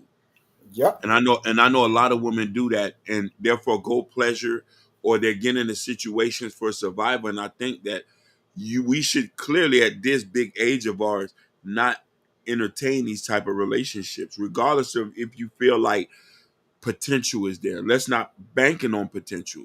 And sometimes it's a weird situation. We'll meet people who we're sexually attracted to, but on a whole life spectrum, they don't add to nothing. But this is my thing is how you be without a whole year without sleeping with your wife. They're not Bro, that connected. is crazy to me. They're To not me, connected. that's not like separation right there. You fought for Yeah. separation. Oh, he's sleeping with somebody else, or she's sleeping with somebody else. Cause that's crazy to Yo, me. sometimes it's not even that they sleep; they really just don't like you, or they not into you, or they not really attract. People get with people for different reasons, bro, to fill a Yeah. certain type of agenda. But I tell people, don't get together unless that person is your person. Like my woman is my best friend. I love her. I care for her. We have a good time. We enjoy each other's company. We enjoy conversating. I'm fully immersed, with her mentally, physically, spiritually, and sexually, everything. She's my everything. I could ask for nothing else. So every time, where that mindset goes, it's go time of mine, man. I love mines, and I can actually have people say, "Can you stick with one woman for the rest of your life?" Oh, no doubt. I'm fully satisfied. And when we get to that point to be able to be married and enjoy ourselves, I'm gonna be fully satisfied. No, but shout out to Ronnie Ron for the for gifting one membership, gifted Elite Bellizo. So Elite Bellizo, when you hear this, you are now one part of the Chaos Culture Radio family. Thank you for joining the team, Elite Bellizo.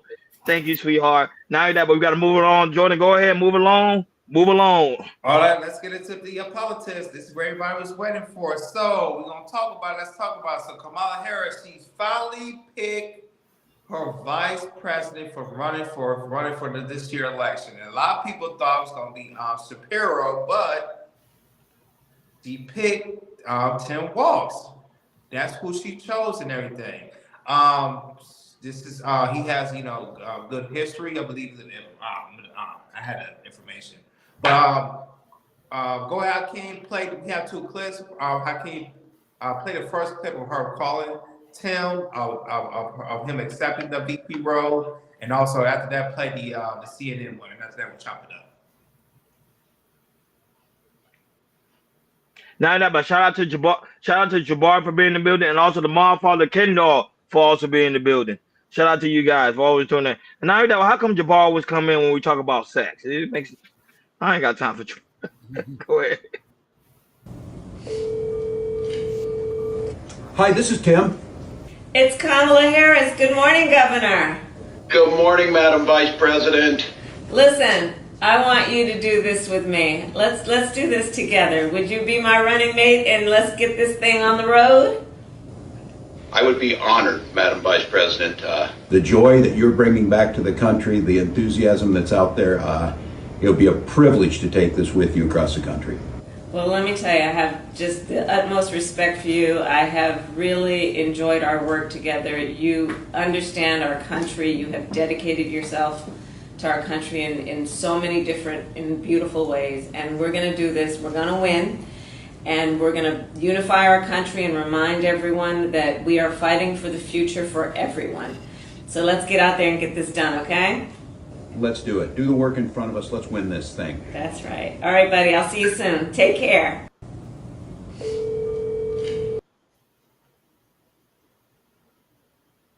And the breaking news is big in this unprecedented campaign, this season the likes of which we have never seen before. We have one more major development. Vice President Kamala Harris, the presumptive Democratic nominee now for President of the United States, has selected Minnesota Governor Tim Walz to be her running mate. Week and a half ago, 2 weeks ago, maybe seen as a dark horse. Now he has emerged as the choice. Our MJ Lee, Jeff Zeleny, John King, Jamie Gangel, all reporting on this. MJ just saying maybe Walz, a vibes pick, seen as a Midwestern happy warrior.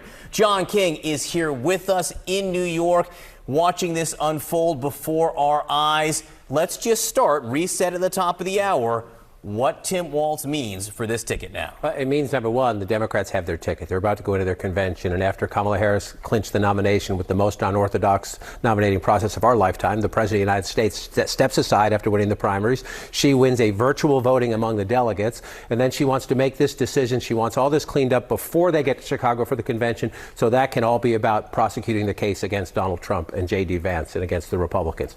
So a very truncated process, a lot of pressure on the vice president. So as the voters out there get to judge, how she's handling this first big executive decision. So why Tim Walz? We're showing pictures of him right there in a jacket and a shirt with no tie on. Earlier we had pictures of him in a T-shirt. I do think the contrast here is going to be striking. This is a small town Midwesterner. This is a man who won a Republican House seat and held it.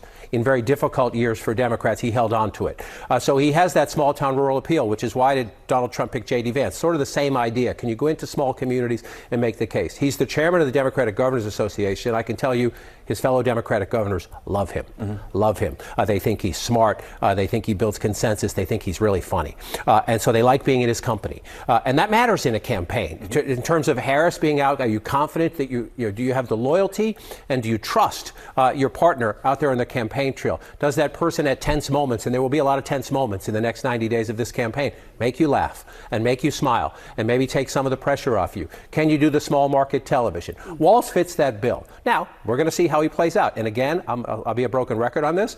There is no data in the 37 years I've been doing this that says your vice presidential pick makes the difference in the end. However, it can hurt you.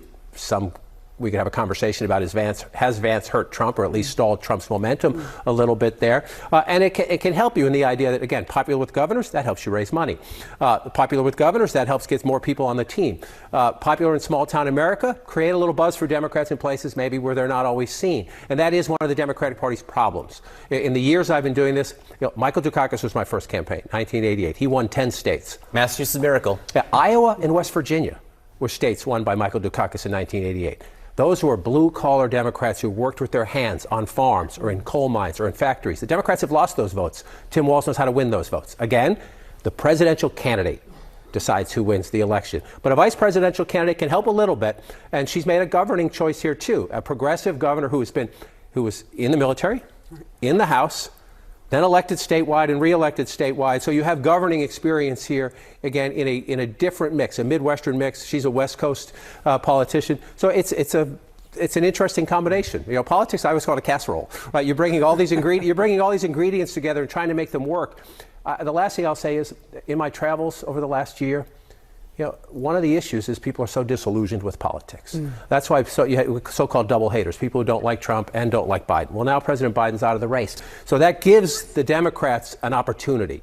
They have this opportunity to shake up the race, to get people to look again. So somebody who's a little different, a little unorthodox. Kamala Harris is different. She's a woman of color, right? So she's different in her own right. Now to bring somebody else different into the mix when you're trying to get another look, it's an interesting pick. And you mentioned him being a happy warrior. That's not something that you always hear in politics. There's been a lot of people who have been really, really annoyed, pissed off is probably the best word you could use at the candidates recently, using very dark language, et cetera, et cetera. He's not that guy. No, he makes the case against Trump and Trumpism with a smile. And he says he urges people to make it with a smile. And he urges people to say, don't demonize the voters. Don't demonize the people with whom you disagree. Try to have a conversation with them. Try to win them over with your own arguments and with your own details, not by saying you're a moron or you're an idiot or go away, I don't want to listen to you. Try to find out how they got there. Minnesota nice. What is the source of their disillusionment and their disaffection? Not just push them away because they disagree with you. Yeah. Let's go to Jeff Zeleny now. Jeff, there is this question about what the relationship was before all this. How much did Kamala Harris? Hold on, before you go, we have a super chat, Jordan, and also a gifted membership. Go right ahead. Yeah, shout out to you again, Ronnie, for sending up. Was it a $2 $5 super chat on that? Yeah, you should have. Shout out to Ronnie for sending a $5 super chat to support chaos culture, and also shout out to Gore for getting 5 membership to the chaos culture. He gave one to Christopher J, E Black, Ronnie Ellie, Cynical One, and Zara B. So shout out to you, Gore. We appreciate you for giving 5 chaos culture radio members. The supporters of the channel. So we appreciate you. We really, really appreciate you, Gordon. Thank you for that once again. But yeah, Tim Walz, he be running for VP against Kamala Harris. He's from the Midwest, so it definitely shakes some things up because because you look at Michigan and you look at Wisconsin back in the Joe Biden and the Donald Trump race. Those 2 states were more of flip states, of which Joe Biden and Kamala Harris won those states in electoral college votes. So, to me, for the Democrats, I think it's a really, really smart move to do that because you do want to get those states of Wisconsin and also Michigan and also Pennsylvania to help. Even though those are 3 states are flip states. Making them states blue again when it comes to electoral college votes when it comes to the election by what you have with Tim Walz. So when it comes to the Democrats, I think this was a smart move. Tim Walz, when you look at his history, he's a really good guy. Because of what he did, with Minnesota and everything, I think this was a quality good pick to run against the race between Donald Trump and his also vice president J.D. Vance as well. But go ahead, Akeem, man. What's your take about Tim Walz being the VP running for Kamala Harris? I really liked it. Josh Shapiro. He's a lot younger. He's a little bit forward thinking. And and you know what I mean, and I was under the I was under the impression, she just went and got a grandpa all over again. We need young minds to shape this world, and I think that who's going to be able to have a bipartisan conversation. JD Vance is going to come with some stuff, and I don't think Tim can be able to relate to what he's talking about. Josh would have been a better situation. You know what I'm saying? And that's my point. You know what I mean? I don't know too much about him. I didn't have enough time to do any research. Yeah, me either. When it comes to Tim Walz, I'm learning about him now. By one thing they say that he's very liberal. He's a liberal, so he's open minded to a lot of things. I think him on women's rights. He was elected twice when it came to certain states. I forgot what the states were. The states were. And not only that, but he's free. He's pretty much open minded. They say he's a great candidate when it comes to Kamala Harris, versus Donald Trump and Vance. But at the same time, I got to see his political stand when it comes to policy. That's why I keep telling people. My issue with the whole situation with the Democratic Party is the policy. What do they have in place to like better the country, better the economy, better the immigration crisis, better jobs, all of those. To me, if the policy good, I say okay, go. I'm going for it. But it seems like they're more of the liberal side. Like it's more freedom for the LGBTQ community, and that's why I have an issue with. But at everything else, let's see how it goes. The debate's coming up soon between the two vice presidents, and then also the presidential nominee. So let's see what happens. Go ahead, Jordan. So looking at a little bit of history, I want to read this out. So here's a key note on this when it comes to Black communities. He is the advocate for Black communities. I want to read these guys for you. So Governor Walz has steadfast advocate for Black communities, which is evident through his support of virus significance legislation. In July, back in July, he signed the African American Family Preservation Act to strengthen protections for families at risk of separation in foster care systems. Earlier in February of 2023, he passed the Crown Act to eliminate discrimination bias of high texture and style in workplaces for schools in schools. Also in 2021, Walz formed the Missing and Murdering African American Women's Task Force to tackle the serious issues of violence against Black women. He has also championed reproductive rights, ensuring access to service like virtual fertilization, and also furthermore, his administration has prioritized allocating budget resources to support Black communities. So it seems like what he did in the state of Minnesota when it comes to Black community, he is a big advocate for Black community, which is cool. So what I want to see is once he debates, the vice president from Trump sides and everything, how that's going to come out and everything with that, and also is he going to help Kamala to really advocate, to really help, the Black community, the Black community in the United States of America. So because with Kamala Harris, you're not hearing any type of policies of, for me, I'm all about, helping, see some type of policy for the Black community. So we'll just see that, maybe he'll show some type of policies to help support Kamala Harris about, do some type of policies for the Black community, anything like that. But like I said, we'll wait to see. Like I said, still more research to do, and also still see with the debates for the vice presidency debate and also the president debate as well. So like I said, we finally, so Kamala Harris got, her vice president running mate, and we'll just see how that flows and see what policy they got for us as in a Black community. Go ahead, True. No, but shout out to E Black. Yeah, E Black, somebody gifted you. Shout out to Go for the gift. So and also Genesis After Dark. Shout out to Genesis After Dark. That's also in the building. Go ahead, True. Yeah, so you guys, so what are you guys saying about? I mean, what's the subject is about the VP who's running with her? Yes. Okay, so fill me in a little bit more about the individual because I really don't know of him like that. I ain't gonna- So, like, only thing I got for you for truth, like I said, but I He's a got liberal. he like I said, he's very liberal. He's a governor from Minnesota. What I just read, he's he's a big advocate for Black communities. When it comes to the George Floyd death, he was big on that. Back in 2020, he was a big supporter on that. When it comes to I'm sorry, got a brain freeze. When it comes to when he was with the George Floyd situation, he was he was kind of the first one to speak on that. And that's really it for what I got right now. But like I said, we got more. I still got to do more research on him on that still.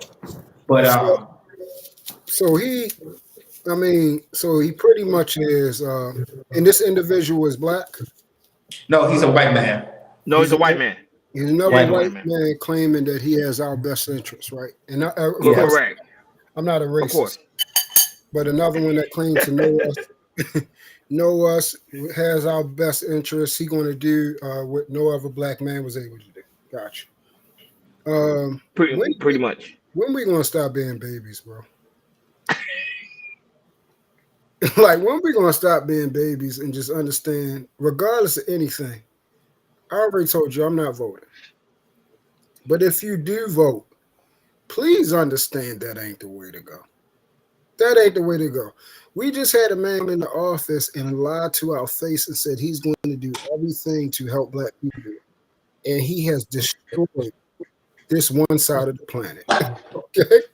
This man has destroyed this one side of the planet and has been falling out dying while doing it. Okay? Well, since he's been in office, this man has been perishing right before our eyes. Talk about he's going to take care of Black people. Okay? So when are we getting away from that? We know that the Republican Party was started by Black people, right? Correct. Correct. Okay, so why don't we, and again, I'm not in all that race stuff, but for those that is all about Black and all about race, why don't we start with the originator of where we come from? The party that we created, which was... But truth, what the problem is, with the Democrats, they like sometimes, I don't like what they do. They like to use scare tactics against us as Black, because a lot of people, average people in the Black community, will get scared when they talk about like Project 2025 was Safari Grissom all the time. We'll get scared about Project 2025 like a scare tactic, and we want to keep the vote for the Democrat and everything. So, but you're right, truth. You look at the history. Majority of Black people, we was very conservative. We was one time. See something Years ago, we was Republican. We were very conservative. You have a point. Go ahead, Jordan. We have a super chat. Go ahead. Shout out to Kendall, the father moderator. Shout out to the fam. That's what he said. Shout out to the fam. Follow the super chat. We appreciate you, Kendall. Thanks once again. Sophia knows a lot about him though. Sophia say he has the best interest of the people. She's talking about Tim Walz. Yeah. He's awesome. He was a teacher, a coach. He's for the people. He's beloved by his state. He's awesome. Miss Sophia, I support you, huh? But ain't nobody in support of us. I'm gonna keep it 100%. These people just want to get in that seat so they can be misguided in that seat. They don't give a daggone about us. I'm gonna be honest. I don't know no one that actually really genuinely care about the people. I'm gonna be honest. Everybody has their own agenda for the reason why they want that seat. We need a Republican. Simple as that. But you say you're not voting. How you gonna say we need a Republican, but you're not voting? We need a Republican there, damn it.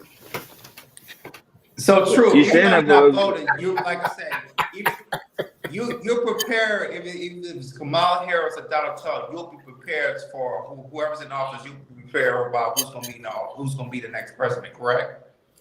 So the way I look at it, Jay, is if Kamala's in there, I'm going to be truth. Trump is in there, I'm going to be truth. Simple as that. I can't remember a time that whoever took that seat actually changed, however, the course of my life. Like it was nothing that they did that could have altered or changed the course of what I wanted to do as far as in my life. You see what I'm saying? Anything that happened was because of me. All the choices I made was because of me. And regardless of anything, I'm still going to run my household how it should be ran, according to my Father God through Jesus Christ. It's going to be ran like that. And I'm going to say this lastly, Natasha, sweetheart, you know I love you. You are absolutely right. I'm fucking these apples up and they good. I had a big plate of spaghetti. Okay. My woman get mad at me because she said I eat a plate of spaghetti that's made for 3 people, and I just ate like 3 apples. Okay, and they was good. Man, go ahead, eat. Man, eat. It's I told somebody the reason why I told somebody that like it's important for a woman to cook. Because when a woman cook, that means she's family oriented. She loves you and she cares for you. If a woman doesn't cook, throw her on the wayside. If a woman don't cook for you guys, throw her on the wayside. Get rid of her. If she don't cook for you, she ain't trying to have a family with you. Facts. Yeah, that's true. So kind of moving on move on to a different topic, but we're in the political world. So we're gonna talk about Kasana. So back on the last show, we talked about how Adin Ross invited Donald Trump to the stream and everything. So he was, to the stream, which is really, really big because we want to talk about how big, streamers are when it comes to, everything, when it comes to entertainment, anything, even in the kind of the political thing as well. So since Donald Trump was in the Adin Ross was streaming with him, so the Secret Service called Kai Cenat and kind of telling him that hey, to get Kamala Harris to be on the streamer with Kai Cenat. But the thing is, Kai Cenat, he's not really big on politics and everything. He kind of denied that. So, we can see how, like I said, streamer is really, really big. And Kamala Harris, even though Kai Cenat kind of declined it, I don't know if she's going to switch to someone else, but streamers are generationally they get to everybody. All really, really get to everybody. But before we go to the clip, shout out to Savia Grace again for the $20 super chat. Thank you, Savia Grace, once again. That's right, sis. Support these great brothers, man. Support them, God damn it. She said the Republican Party of today is run by racists who wants to restore Americans to be the YT cisgender male control. They are for us. Let's make America great again. Everybody, guys, make sure y'all subscribe to Steve Eyes and Soul, which is Savia Grace, because she supports a lot of people platform, and we got to make sure we support her as well. So, okay, y'all go to Radio Time. Make sure y'all subscribe to Steve Eyes and Soul. Go ahead. I want to say this, Natasha. If anybody send us a super chat and they have the channel, go ahead and put down their channel immediately if they give us a super chat. Because if you give us a super chat, we want to make sure they support if they have the channel. If they have the channel as well. So I just want to make that clear, Natasha, if you can do that for us, especially with Savia Grace, because she sent us 2 super chats already. So if you can support her and channel up there, we really appreciate it. But other than that, I can play the clip with Kai Cenat about how the Secret Service was calling him about Kamala Harris, and after that, we'll chop it up.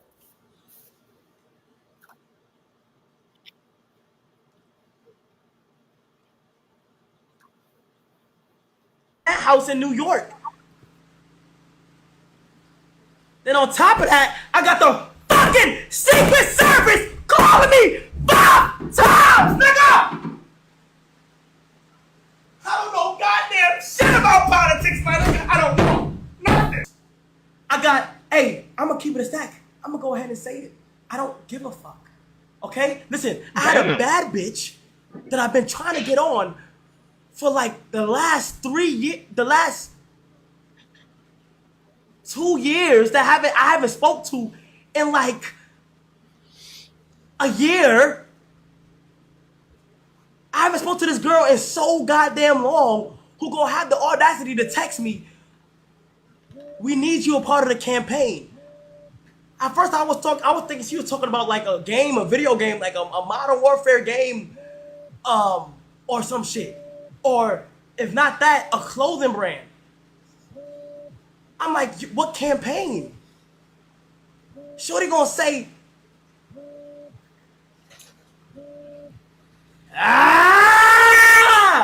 we're not gonna get into details.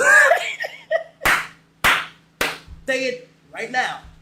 If there's some way, somehow, something was to go into where I do the stream of politics, I'm going to be 100% honest. I'm going to sit on my stream and say, why did you guys call me? Like, I don't know. I've never did anything with politics. And these blogs are like trying to say, yo, we gotta do this shit, God. And it's all the top blogs. But I'm like, bro, since when did niggas be in a penthouse in New York? Then on top of that, I got the fucking Secret Service. I can't you like that part, huh? He was passionate about it. He was passionate. Well, go ahead, Roddy. Do you think Constantine is missing the opportunity to have Kamala Harris on his streaming? No, but then I said that on live stream. I say when I saw Aiden Ross interview Donald Trump and what was one of the biggest podcast stream ever. Then I said that I won't be surprised Kamala Harris hit up Castanet and do the same thing, and then that's exactly what happened. I called it, and I knew it was gonna happen. I believe because I was talking to my brother about it. Me and my brother we were talking about it today, and we talk about the fact is, I think the Breakfast Club did the cover of him because of his reaction, and they say right after he's interested in the idea of doing it, and I think it'll be a great look. Why? It is because it's showing that this generation is really taking politics serious, and I think that's what's happening in this generation. I think this generation is not really giving up on politics; they just not informed about it. But when they see Kyle Sinet do it and Aiden Ross do politics like this, it's gonna get this younger generation more intrigued to know more about it. I think he should go ahead, do it, and I think he's gonna break numbers just like Aiden Ross. He's gonna break probably 2 million. So I think he should go ahead and do it. I think he should not miss this opportunity. If I was in his team, on his management team, I said, let's go ahead, let's do it. You may not know nothing about politics. Let's give you some books. Let's do some research, do research about her, ask the right question. Not only that, do what you do, have fun. People keep forgetting. He just did an interview with Kevin Hart, which blew out close to Shannon's number. Close. So I'm just saying, like, he got to do the same way. So if he's gonna bring Kamala Harris, VP Kamala Harris on his panel, have fun with it, do your thing, and have great questions like Aaron Ross did with Donald Trump. And I think he's gonna do well. I think he should go ahead and do it. Go ahead, Akeem. Your thoughts? I want it's important to highlight that he's 22 years old. And I want also to highlight that it's a cultural thing. When I say cultural is a lot of black people don't care about politics. He is a leader because of his work ethics, not his intelligence. You see what I'm saying? So how can we look on him who's never really look at the content that he does? It's for kids. It's not for people like us. You know what I mean? He doesn't care about what's going to happen. He doesn't even know that the next president will affect how his money gets paid. You really believe so? 100%. He's a streamer. He is the streamer, but who sets the new tax laws? Who sets the new budget the fiscal year? It is important for him to sit with Kamala Harris. It is important for him to sit with Donald Trump. This is the reason why Aiden Ross made a chess move. He solidified himself as a person who knows, who cares about his community. Aiden Ross is from Boca Raton. He's Jewish. You know what I'm trying to say? Culturally, these people care. You know what I mean? Culturally, and when I say culturally, and I mean it, that goes for anybody who cares about politics or what's going on in their life. Let's be real about it. Casanet is a ghetto person who cares about ghetto things. Instead of worrying about the politics that can shape and change our lives, he's worrying about a baddie that he wanted to try to talk to. I would never listen to him for any advice. But no, but this might be I might be a serious stream. I don't think it's gonna be like him joking around talking about women and this and that. They may have fun, but I think they're gonna be able to talk about certain political issues if he do his homework. He's not articulate enough to speak on issues. And let's talk about this. You know what I mean?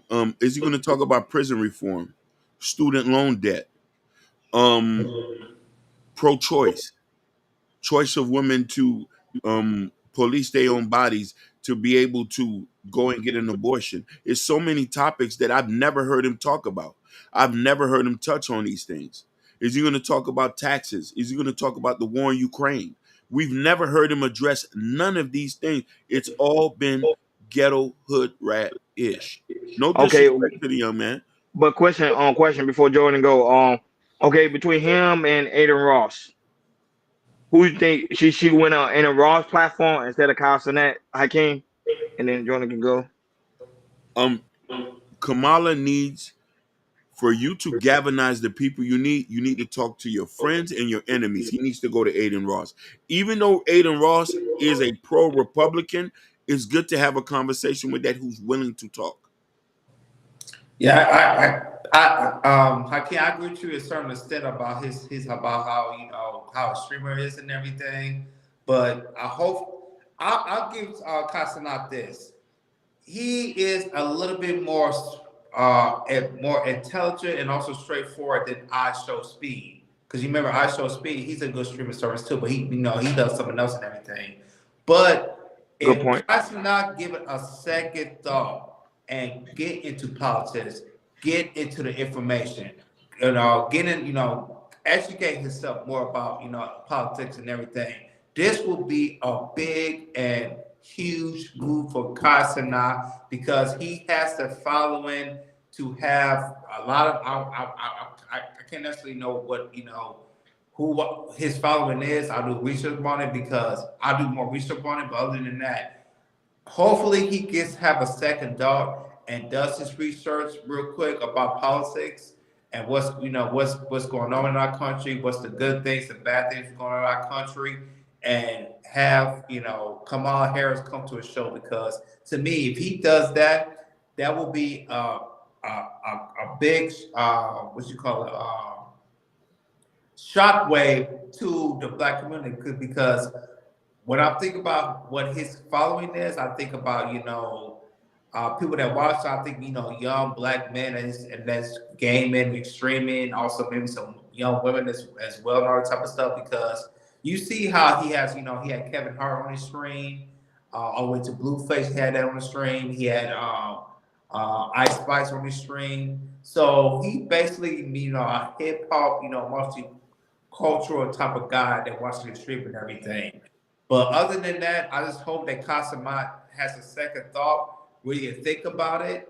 I know that Secret Service, they call them those, kind of do some type of check that a really good check that he have on it and everything. But if I were Casanat, I'll have a second thought and bring, not to me, if I'm Casanat, I'll bring both. I'll bring Donald Trump and I'll bring Kamala Harris, to the streaming service. But at the end of the day, you do have a boy Hakeem. He's young. He's 22.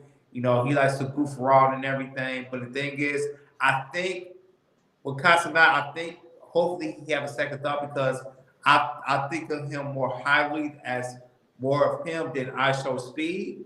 Because to me, I think Casanat kind of have a little bit more common sense than I Show Speed has. So quick question, Joe. Do you think by her going on Kyle's Sinet platform, would it influence the younger generations to vote? I would say not just that, but also getting more into politics as well. I feel like, if she had Kamala Harris in there, I feel like, he'll bring more interest to people thinking about more about politics and everything. What's really going on in our country, and also what's really going on outside our country as well. Go ahead, Hakeem. Here's our main issue, and I want to touch on this. He says, Sophia say, is too many of us make it and put the BS. She is right. When we make money, Kai Cenat, Aiden Ross, and all these other guys, a lot of people might not think this, but you have an obligation to give back. And give it back also meaning is using your platform from the better. Oh, Chicago. You can drop the link. Hakeem, go ahead. Yeah. The link is because I switched it. I switched it with Sophia channel. Okay. You can drop it again. Yeah. Another thing too, like I don't think we should try to play identity politics too, and I will want Kamala to go on Aiden and Kai's platform so she could speak, and I think it'll be helpful because I think young people need to understand politics and they need to be galvanized. That's what I'm saying. That's what I'm saying. I would say it's a great look. I don't want him to miss this opportunity. Cause think about it. You gonna have the first female. Let's say she do get voted in, you gonna have the first female president to be on your platform. To me, that's amazing. Mm-hmm. And also, I was talking to my brother about how come they didn't try to reach out to DJ Academic. My brother was like, nah, cause DJ Academic, his mind be somewhere else. But I think they need to reach out to that too. I think that we in a different generation where streamers are the new entertainment. Streamers are the new news. Streamers are the new celebrities. Whether we like it or not, it's a fact. Shout out to Ruthless True. But go ahead, go right ahead. Go right ahead, Ruthless. Right now we talking about Kai Cenat joining the not Kai Cenat, but my VP Kamala Harris trying to go on Kai Cenat platform to talk about political issues. Go ahead, Drew. America showing you how they truly feel about the black people. They put a woman on to represent us. This is an embarrassment, and this is an atrocity to all mankind. That we're going to put a woman out here to lead the ones who protect. They're going to lead the protectors, right? So I guess this is what we asked for, right? You reap what you sow. Y'all want to worship women? Y'all want to bow to a woman? Y'all want to empower women? Well, potentially you're going to have when your dreams come true. Like Disney said, a dream come true. A woman over your life looking at you right in your face. And she's going to bring Megan Thee Stallion with her, Sexy Red. Let's get to it. Let's get to it. She's for Trump. Yeah, she's a Trump supporter. She just let me sexy again. Yeah. Yeah, but Kamala, she ain't even saying nothing. And she's already in the game. It just shows you where our country's going, right? That we are, as men, we are really passing the torch to the women because we don't want to stand up to them and say, hey, this is not your role. Or, no, we like you better this way. We're letting them act in our place. And then we're coming back. A lot of men and women are supporting this type of rhetoric. So her going on a platform to, talk about this is, even if she doesn't win it, eventually they're going to be a woman president, 100%. Yeah, one day. I agree. One day it will be a woman president, but not this generation. No. I don't know. She still got a chance, though. She still got a slight chance. She's got all the LGBTQ. She got Step Nation. The only reason she might lose it because everybody's voting for their wallet right now, right? Everybody's voting money, and Trump's the money man. Correct. That's what we're telling everybody. Trump is more focused on the economic. That's what I telling you. That was her view when it comes to the economic. If she talking about the views on the economic and the immigration crisis, I promise you she will win with a landslide. But she's not going to focus on this issue because remember, if I know Trump is going on an upcoming debate, he's going to he's gonna blame her for allowing the border to be open for too long. Watch what I tell you. Watch what I tell you. Well, Kamala is backed by. First of all, she hasn't been president, so he's not going to. He's going to blame her. Democratic Party is Correct. the one representing for the presidency, right? Kamala just face. So if she debates against Trump, of course she lose, right? Because she does not stand. She's going to have to go behind Biden. She has to back Biden because he is the representation of the Democratic Party. So here we go. Now we got it where us black people are getting stuff that ain't got nothing to do with us. We up here. And people keep. And people can't feel to realize Trump used to be a Democrat. He was a Democratic Party first. But go ahead, Jordan. I have a question for three of you guys, and also if Chicago really come, I have a question for you. So going back to the 2020 election of how there was 5 states that really turned around the electoral votes. It was Nevada, it was Georgia, it was Wisconsin, it was Illinois, Michigan, and Pennsylvania. Now, since Kamala Harris has the vice president, Tim Walz, which he's from Minnesota, which the last election with the Joe Biden and Donald Trump, it was a blue state in which Joe Biden won. Do you believe, this is a question, do you believe with Kamala Harris, minus Georgia, because I think that's going to go red again, do you feel like Kamala Harris has a chance of winning back Michigan, Pennsylvania, Wisconsin, Nevada, and Illinois? Ooh, that's a lot. No. That's a lot. That's a lot. Pennsylvania been going through a hardship for the last 4 years, so I don't think she'll win Pennsylvania. No, sorry, Bob. Especially when it comes to the job issues, like I said, the immigration crisis, employment, women not able to find good living condition. When I mean good living condition, I mean when it comes to the aspect of Section 8, because there's some women that do depend on the government. It's sadly mistaken, especially black women. So she's not gonna win that state. So it's gonna be tough for her, and for her to swing it all around to her favor. That was gonna say she gotta make sure that whatever the Democratic Party did in this election, this one that we're currently in, and how she can fix all of it and make it better for the people that's in those living conditions. Go ahead, Akeem. Ruthless, I want to tell you this. I want for me, I wouldn't mind voting for a woman president. I don't have a problem with it. You didn't have to tell me that. I already knew that. Your heart was like that. I knew that. I already knew he did. He already said it. Yeah. I already knew, man. Come on. I know you too well, Prince Hakeem. But the thing is, I just want to hear her policies to see how it's gonna affect me, my nephews, and stuff like that. You know what I mean? Because I'm not trying to play identity politics here. You know what I mean? I don't care if she's What are you playing in? What I'm playing? Yeah. I'm playing. I'm trying to hope for a better economic situation for me, my family, and the future generations. So I want to see. Huh? You pro Biden? No. I'm not pro Biden. He voted for Trump. No. He said Kamala. He said he wanted to see a woman president. He just said that. No, I say I wouldn't mind voting for a woman president. No. Depending on what her policy says and seeing if I align with them. See, Parker, this is where I'm disappointed in you, right? Because you understand that the Democratic Party, Republican Party, they have all these lines drawn already, right? And then they put their salesmen up there to pitch the fucking line, right?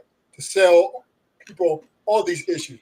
So to understand that when you're looking at Kamala Harris, you're not really looking at her. You're looking at or any woman of that part. You're looking at their party and what their party represents. So if you want prosperity, a potential for prosperity, you will go Republican, right? And if you want tougher and stricter lifestyle where it's just banking it check to check, the money is not as valuable, you go with the Democrats. And that's where we're at. That's where we at. Rufus, what do you mean if you want prosperity? Oh, my bad, my bad. Let me wipe my feet off at the door. No. Peace to the gods. Peace to the gods. Hey, this is your home too, family. Listen, Exactly. man. Preach to God. Preach to you, Yeah, fam. yeah. Yes. Let me welcome and say greetings and grand rising to all the beautiful queens, all the shea butter babies, all the moisturized ladies in the audience. Blessings to you. Peace, love, and gratitude to you, Queen. I worship your feet. God bless you. Hey, Hakeem, we got backup on the panel now, Hakeem. Ruthless. Let me ask you something. Democratic leadership. Ask that question one more time, Chicago. You went in and out. Ask that question one more time. Do people get wealthy under Democratic leadership? Yeah, I'm sure. Yeah, I'm sure. No, you know the answer is yes. Do people prosper under Democratic leadership? Yes. Yes. Okay. So why do we relegate it to gangbanging in terms of Republican and Democrat, right? We know you can prosper and get wealthy under either regime. The challenge that I see, to be honest, is that we not making these jokers pay like they weigh. It shouldn't matter whether it's Waltz or Vance or Trump or Harris. It does, to me, it doesn't matter. What matters is the things that I'm passionate about. Who's most likely to meet my list of demands? Who's most likely to come to the to number one, give me audience so I can have my concerns heard, and then who's most likely to put my concerns either in policy or write it into legislation, right? That's what we should be most concerned with. Black people this election cycle do not have the luxury, do not fall for the okie doke with these personality types, with this, oh, he's a Midwestern good old boy, or he's a city slicker from New York and he's a snake, or she's a chameleon. Like, y'all shouldn't get caught up in none of that. Or even for the simple fact of, hold on, Rufus, I'm gonna land it, but it's gonna take me 3 hours. Or for the simple fact of, I want to see a woman of color in the office, right? If I get a woman of color in the office, other than it being a symbolic gesture, what do I gain from that? What does that mean ultimately, right? What does that mean for my kids ultimately? So this is what I'm saying. This is what we should be looking at. We should be way past looking at the first black this, the first black that. Like, I'm so sick and tired of hearing that type of stuff, right? Preach. So now we have to look at tangibles. And this is what these shorties are going after. So let me bring it home for Jerome for Castanat, right? With him, I don't have a problem with him not taking the interview. I just wish he wouldn't have japped out on that stream like that, right? Because for all intents and purposes, the very platform that he's on, and the way that he's monetized, there are adults in the room that control that and that could shut him down any minute. So if you don't have your voice amplified, I don't care what type of shenanigans you got going on that platform, you won't be heard. Now, here's the opportunity for you to have the conversation. And I get it, it's intimidating and all that other stuff. But to be honest, he simply could have had the conversation and said, well, listen, why should we even vote? Like, my generation, we don't care about none of this. Why does this even matter? Like, he could have asked us something like that, and that would have been the game. He could have kept it a bean and not do all the shenanigans, but could have, like, why did y'all contact me? Why do y'all want to talk to me? Ask those questions, and to me, that would better serve the purpose for his audience than to play the political games. But I think I think the way that he went about it, like, he needed a PR person to help him navigate through that, man. That was terrible. That was a But terrible that's showing. quick question, Chicago. So you think his management team failed him? Because he has a management team. Yeah, I think they did. To let him blow up like that, absolutely. And he knows why they reached out to him. You have a very big voice, right? And to continue to, like, listen, man, we can't keep. Well, listen. Here's the thing. If people are going to go with this messaging of, I'm not voting, I'm not voting, I'm not voting, I'm not opposed to that. I do think that's an option, but you better tell me your other plan. Because there are communities that don't vote, but they lead with their economic strength, and that's how they get things done for their community. So what's your game plan? Because if you like, we can't, for the love of God, we cannot we cannot recognize and leverage our economic strength to save our lives. And Ruthless, you can correct me if it's wrong, but I think it's 1.5 trillion in disposable income or spending power. I know it's calculated all these different type of ways. I know all the arguments against it, but the truth of the matter is 1.5 trillion in the Black community. That's our spending dollar.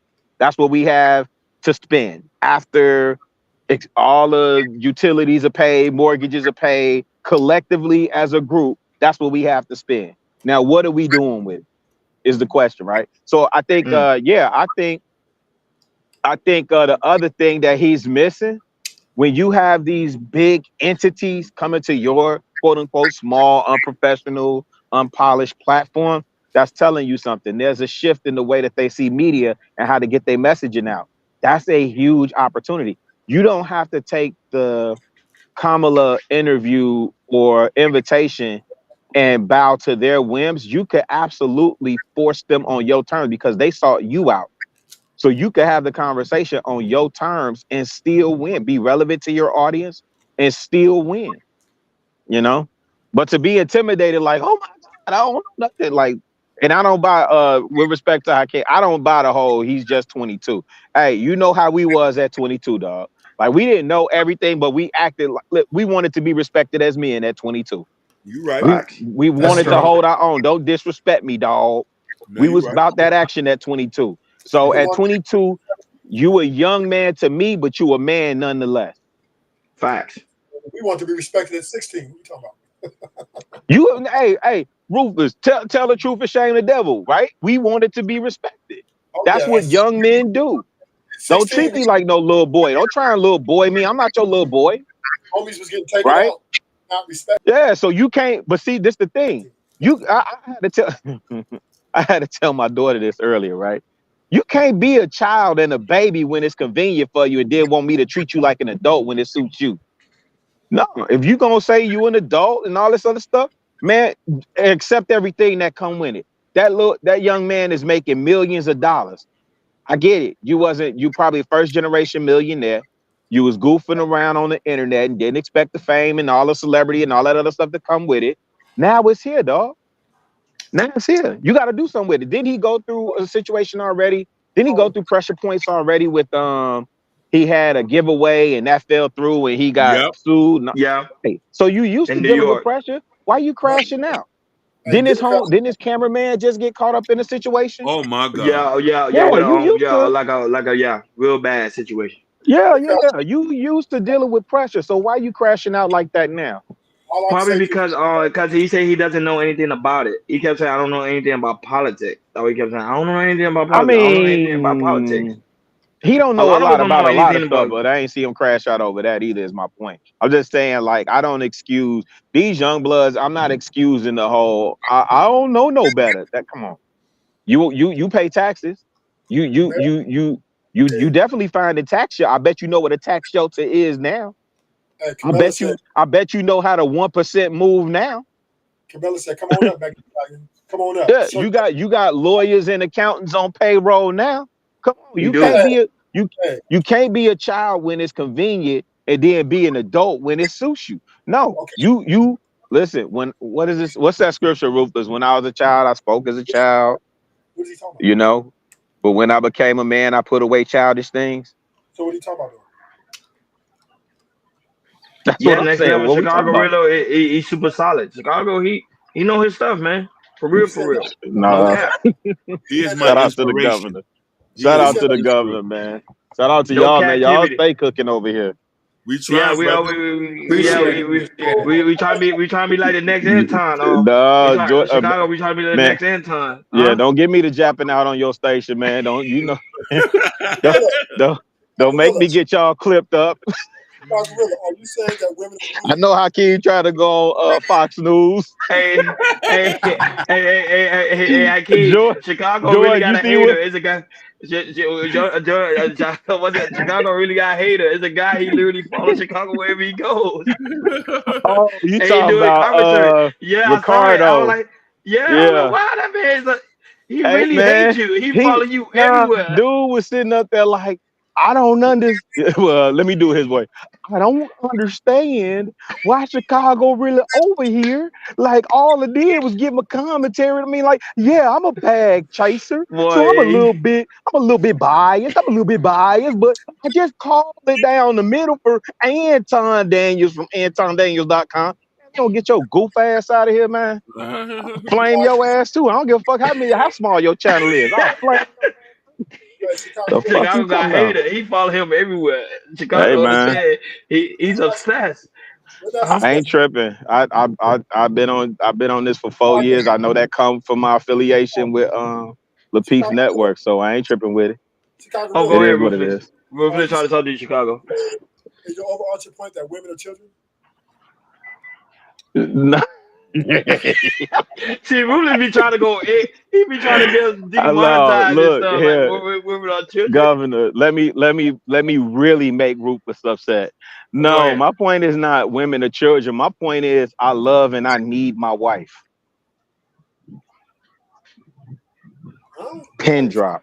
Well, now. He did. He got quiet. That didn't answer the question. Yeah, Rufus. I need my wife. Not I want my wife. I need my wife. Preach. But you can live without your wife, though. Huh? You can live without your wife. I'm sure. I mean, I made it to what 40.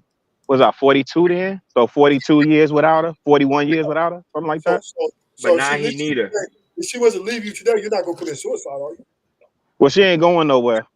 No, I'm saying if she was, Preach. you're not gonna commit suicide, are you? Yeah, but Stand that on still don't. business. Hey, listen, that's still. See, you doing the extremes. That still don't take away that I have that I need her. You don't need her. And this You is see what I'm why. saying? Oh, now this is You see what I'm saying? Bars. Don Wait. DeMarco. You can. Hey, Ruthless. Look. When you get through bumping your gums, because now I'm finna make him mad, Ronnie. Hey, Joy. He don't. Hey, Joy. He don't know Yes. about that married life, man. He don't know what We we talking don't. about, man. Hey, We don't. We Joy, don't. he don't know what we talking about. Hey, Ruthless, check this. Hey, Ruthless, check this shit. Hey, Ruthless, look. When I come through the door and she happy to see me, she hit me with that, hey, Big Daddy. I was work today. Whoa, Yeah, Don Go ahead. DeMarco. Hey, Chicago, Ruthless real getting to mad. see. yeah. Real to see. Hey, I got your play waiting for you, baby. I was work today. Yeah, Rufus. Boy, I that's the need best feeling mine. in the world, big I boy. need mine. Hey, Rufus. Hey, when I done had a hard day at work and I'm punching the air and I'm cussing everything out, she said, "Baby, I believe in you. You got this. Was Yep. built for this moment." Yeah. I need her, Rufus. What you talking about? Hey, Rufus, just tell me to end the show. Just tell me to end the show. I end the show, Rufus. And I'll tell you this, and I'll tell you this, Chicago, whether you come Yes, sir. in, you hear your baby cry, and then once you open the door, she see you, she starts smiling and giggling and everything. Oh yeah. Hey, my daddy back. I can't wait to see my Oh daddy. man, hey. Man, I Chicago just really said I doing wish I good. had more videos. See, my the last of the Mohicans on my team, she's 18 now. And I just told her I wish I had more videos of us when she was little. You know? So Yeah. Chicago, you want more kids or no? You're done. You're Absolutely done not. having No. kids. I've done my part to replenish the earth. I'm fully retired, sir. Don't you wish that curse upon me. That's Hakeem now. Hakeem needs to do his part. Hakeem is slacking. He needs to do his part to I can't replenish say the he's earth. trying to have 10. He's trying to have 10 kids. Listen, as long as This is why Chicago really if he can afford 10 kids, more power to him. Chicago Go really ahead, Rufus. What you saying? God has filled my cup, Chicago. I'll be able to. Go ahead, Rufus. What you saying? Chicago's village rhetoric is why Kamala's where she's at, right? So because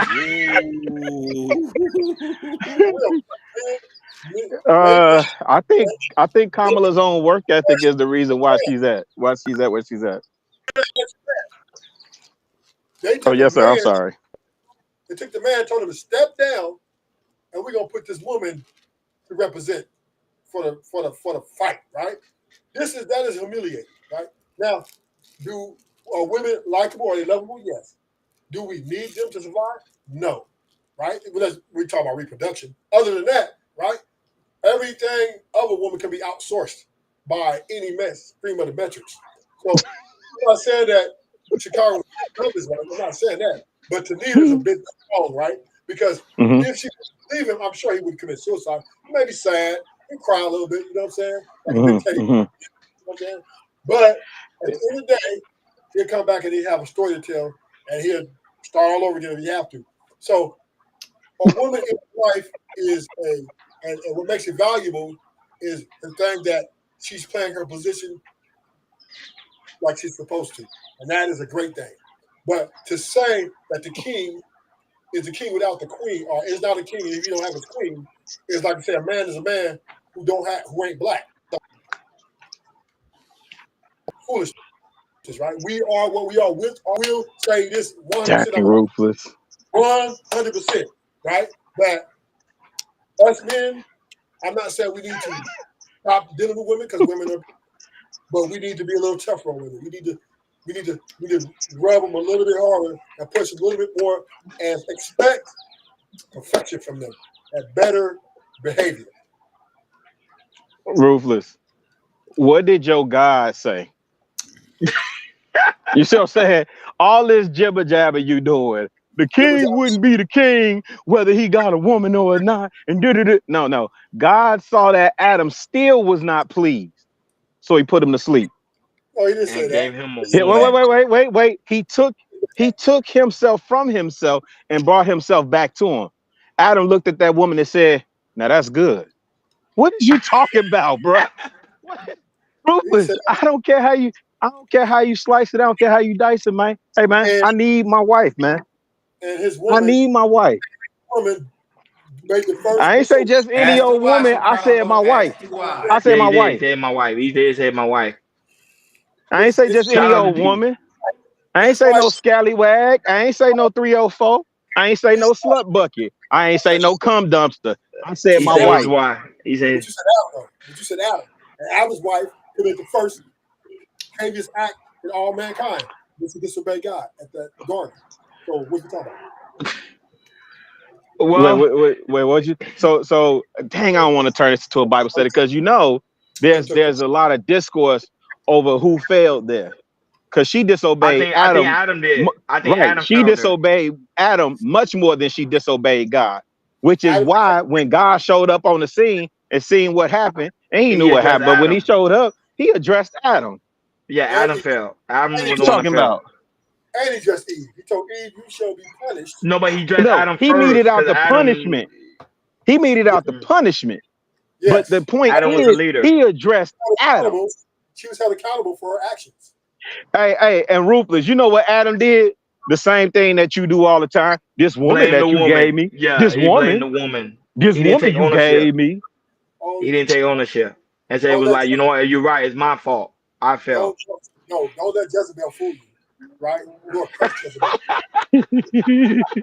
Ruthless. I like that. Way. Don't let Jezebel. He's on the chain, boy. Ruthless on the chain. Bro, it's time to end the show. It's time. It's about that time, guys. It's about that time, guys. Make sure y'all go subscribe to Ruthless Truth, Chicago Real channel. The link is already, the link is in the chat. Shout out to them. Right? It's coming soon to you. Hey man, I love y'all boys, man. I love what y'all doing, man. Keep cooking over here, Chicago, man. All right, I'm gonna holler at y'all in a minute. Hold on, Chicago, you didn't hit the super chat, man. You say hit the super chat, we got it now. Oh yeah. I'm about to hit it to drop Ruthless. Yeah. I'm about I trust and believe that. I'm about to hit it to drop Ruthless. I'm about to see 70 cents to drop Ruthless. Damn, Ruthless, you worth 70 No, cents. Ruthless, Ruthless my guy. Ruthless keep me on point. I got y'all. I ain't gonna lie, but I don't know. I don't know if Ashton gonna lie. Normally it's Wild and Out Wednesday over there on the Shiesty Avengers. I don't know if he's going live or not, but if he is, guys, make sure you also subscribe to Ashton's channel. The Shiesty Avengers. We normally be over there kicking it late night. Jordan, you was on the panel yesterday, I believe so. Yeah, it was a good 5 minutes. After that, I had to go to bed. I had to go to work. But I wasn't over there too long. I had to take it, bro. I had a massive work now and that. But shout out to Ruthless, man, guys. Make sure you subscribe to the channel. I've been saying for a long time, Ruthless, you win or you gonna lie when you going live. You be live on Instagram, but you don't be live on your YouTube channel. On your YouTube channel. Hey, when I'm coming, I got my team. I finally put my team together so I can get all my graphics, all that stuff. I want to be real professional looking. So that's why. Plus, I'm doing a lot of things going on, a lot of fires I got to put out. So once it's coming, I just finished my last piece to my team, and they're going to put up all the little fancy stuff, and it's going to be what you think. Okay. All right. And it's going to be built for just let us know. We'll swing by. Yes, we will swing by. So, of course, support your first show. We will be over. Trust me, I will be over there one day because you always support a lot of people's shows. So I'll definitely be over there. Yeah, we're gonna be over there. But real talk. And I heard that, but Sophia Gray's also channel is pinned on top of the chat. So you guys go make sure you subscribe to her as well. Go ahead, Ruthless. You want to say something? I gotta get I gotta get Akeem right, man, because he always going astray. Well, on your show, remember on your show, you have the leverage now. You have the power. You can do whatever you want. It's your show. I always be on Akeem's ass. Okay. He do even on Acid Channel. He do even on Acid Channel. That was he really do. I give him that. He really do, man. But also, guys, make sure you subscribe to Acid Channel, man. Let's get him to 1K subscriber. Also, She Rising Soul, and also Ruthless Truth, and also Chicago Gorilla. Even though right now him and Anton ain't really seeing eye to eye, I hope they pass things up. They were really cool for the last 4 years. I don't like to see like friendship go that way. You know what I'm saying? I don't like seeing it. Over with. It's over? But we men, you know, we be mad at each other for like a couple of days, couple of months, and then we end up passing down. You know why? I'm sorry. Anton's a different animal. He holds grudges. I think Anton just be capping. I think you do it for the internet. Really let shit go, but Anton, different animal. Sad to see that, man. Friendship like that go away like that, man. But Chicago do have a stalker. He be stalking him. It's crazy. He stalking everything. I be like, I can't enjoy it. I hope we don't get to that point. People be stalking us. I'll be nervous. I'll be nervous. But anyhow, guys, make sure you like, share, and subscribe, and make sure you hit that notification bell on the right-hand side. Remember to click all, because we do go live each and every Monday, Wednesday, Friday, 6 o'clock Eastern time. As you can see, we have dope conversation. That was very important to subscribe. Shout out to D. D, I'm sorry, I was gonna mention you earlier, but shout out to D, man. D be holding us down, be over there, holding it out, even in the Shiesty Avenger, even over here, man. We love you, D. Really do greatly appreciate it. Not only that, but shout out to the Instagram family, the Twitch family, and the Kid family. You guys always holding us down, and also the Facebook family. You guys go and watch our content. We really do greatly appreciate some of our family members. Watch us on Facebook, watch us on Instagram, watch us on Kick, and also watch us on Twitch. We really do greatly appreciate the support. Like I said, shout out to D, shout out to Ken Dog, the mom father, who's also in the building. Shout out to Sophia Grace, She Rising Soul, was also in the building. Not only that, but also the sponsor of the show. I'm telling you, she be holding everybody down. That's what I say. That's what I love about her. Shout out to Genesis at the dog, who also was in the building. Like I said, shout out to Ruthless Truth, Chicago Gorilla. Shout out to the mom mother, the Tasa Vincent, was also in the building. We really do greatly appreciate it. Now that for sound, Urban Noise, Kareem, Stevie, also in the building. Those are Hakeem family members. Yep. Always holding them down, supporting them. That's why I like to see, man, holding us down. Jabbar was also in the building. Shout out to Jabbar. He be watching us at work. He be making me laugh. He said his coworkers be listening to us and they be laughing at us. Shout out to you, big dog. Shout out to No Chaser. The reason I get No Chaser a lot of shout out because No Chaser literally watched the playback and leave comments. That's why I'll be like, man, shout out to No Chaser. He actually do watch the show. Shout out to True, never favorite guy. Make sure you just subscribe to him and also the lovely Tequila as well. Go ahead. And Sophia watches the playback. She dropped comments too. Yeah, Sugar Bum, Shiesty Bum. she been very behaved. I'm falling in love with her all over again. Shout out to Jordan's lovely wife, the queen of Chaos Culture Radio, was also in the building and also supported the channel, man. Shout out to her. We really do greatly appreciate her 100, and also your lovely baby as well, Jordan. You know, our big happy family, man. Not only that, Mean Street. Shout out to you, big dog. We really do greatly appreciate it. Mr. Thor was in the building too. A new subscriber. Shout out to him. Shout out to I'm trying to make sure I get every. Oh, you already know Bobby. Bobby, Sherry, the young lady who's watching from work. I don't want to say her name. The young lady who's watching from work. Shout outs for being a new subscriber. We appreciate you. And not that, but shout out to Gore. Special shout out to Gore. He gifted a lot of people today. Gifted membership. We really do greatly appreciate it. Y'all understand when y'all give people membership, it allows us to put more emojis into the column. So we're going to work on that. And not only that, but people that heavily support the platform, we'll make sure you guys have y'all emojis as well. We're gonna do that. And also, I don't know who else I can want to add, but we'll do that. Like we'll add you guys that really rock with us 110%. Sophia, Shiesty, Chicago. Yeah, I know. Natasha. Yeah. I will be working on that. We will be working on that probably by the end of this week. So the more y'all give the people membership, the more we're able to add more emojis and let the Chaos Culture Radio family be all over the board. So it's like a trophy. It's like a thank you for you guys for rocking with us, supporting us. Because remember, we started off with one guy, John Smith. Shout out to him on the chat. Yep. And now we got like people watching our playback, people watching our show, not just here, all over. I mean, even on TikTok. People love us on TikTok, which is we get like close to 700, 600 views every time. So like people really walking with us on TikTok. So it's just showing that the hard work you put in is taking us to the next level for everybody on the team, and not even people on the team, but you guys also on the chat, man. The love is all over the place. You know, my brother watched the platform, my family watched the platform. A lot of people at my job watch the platform. Jordan, I know people at your job watch the platform. Hikey, I know people at your job watch the platform. Yeah. We gotta get them acknowledgement, man. We really do greatly appreciate it because we came from nothing. Now we're here. You know what I'm saying? So keep up the great work, guys. It's also very important you go to KL Culture Radio Community tab. In the community tab is the KL Culture Radio T-shirt. Pretty soon we will have the KL Culture Radio link in the chat. I mean, in the description, so you guys can click on it and take you straight there. But me and Hakeem and Jordan need to talk about that. We're gonna so you guys can just go straight there instead of going in the community tab.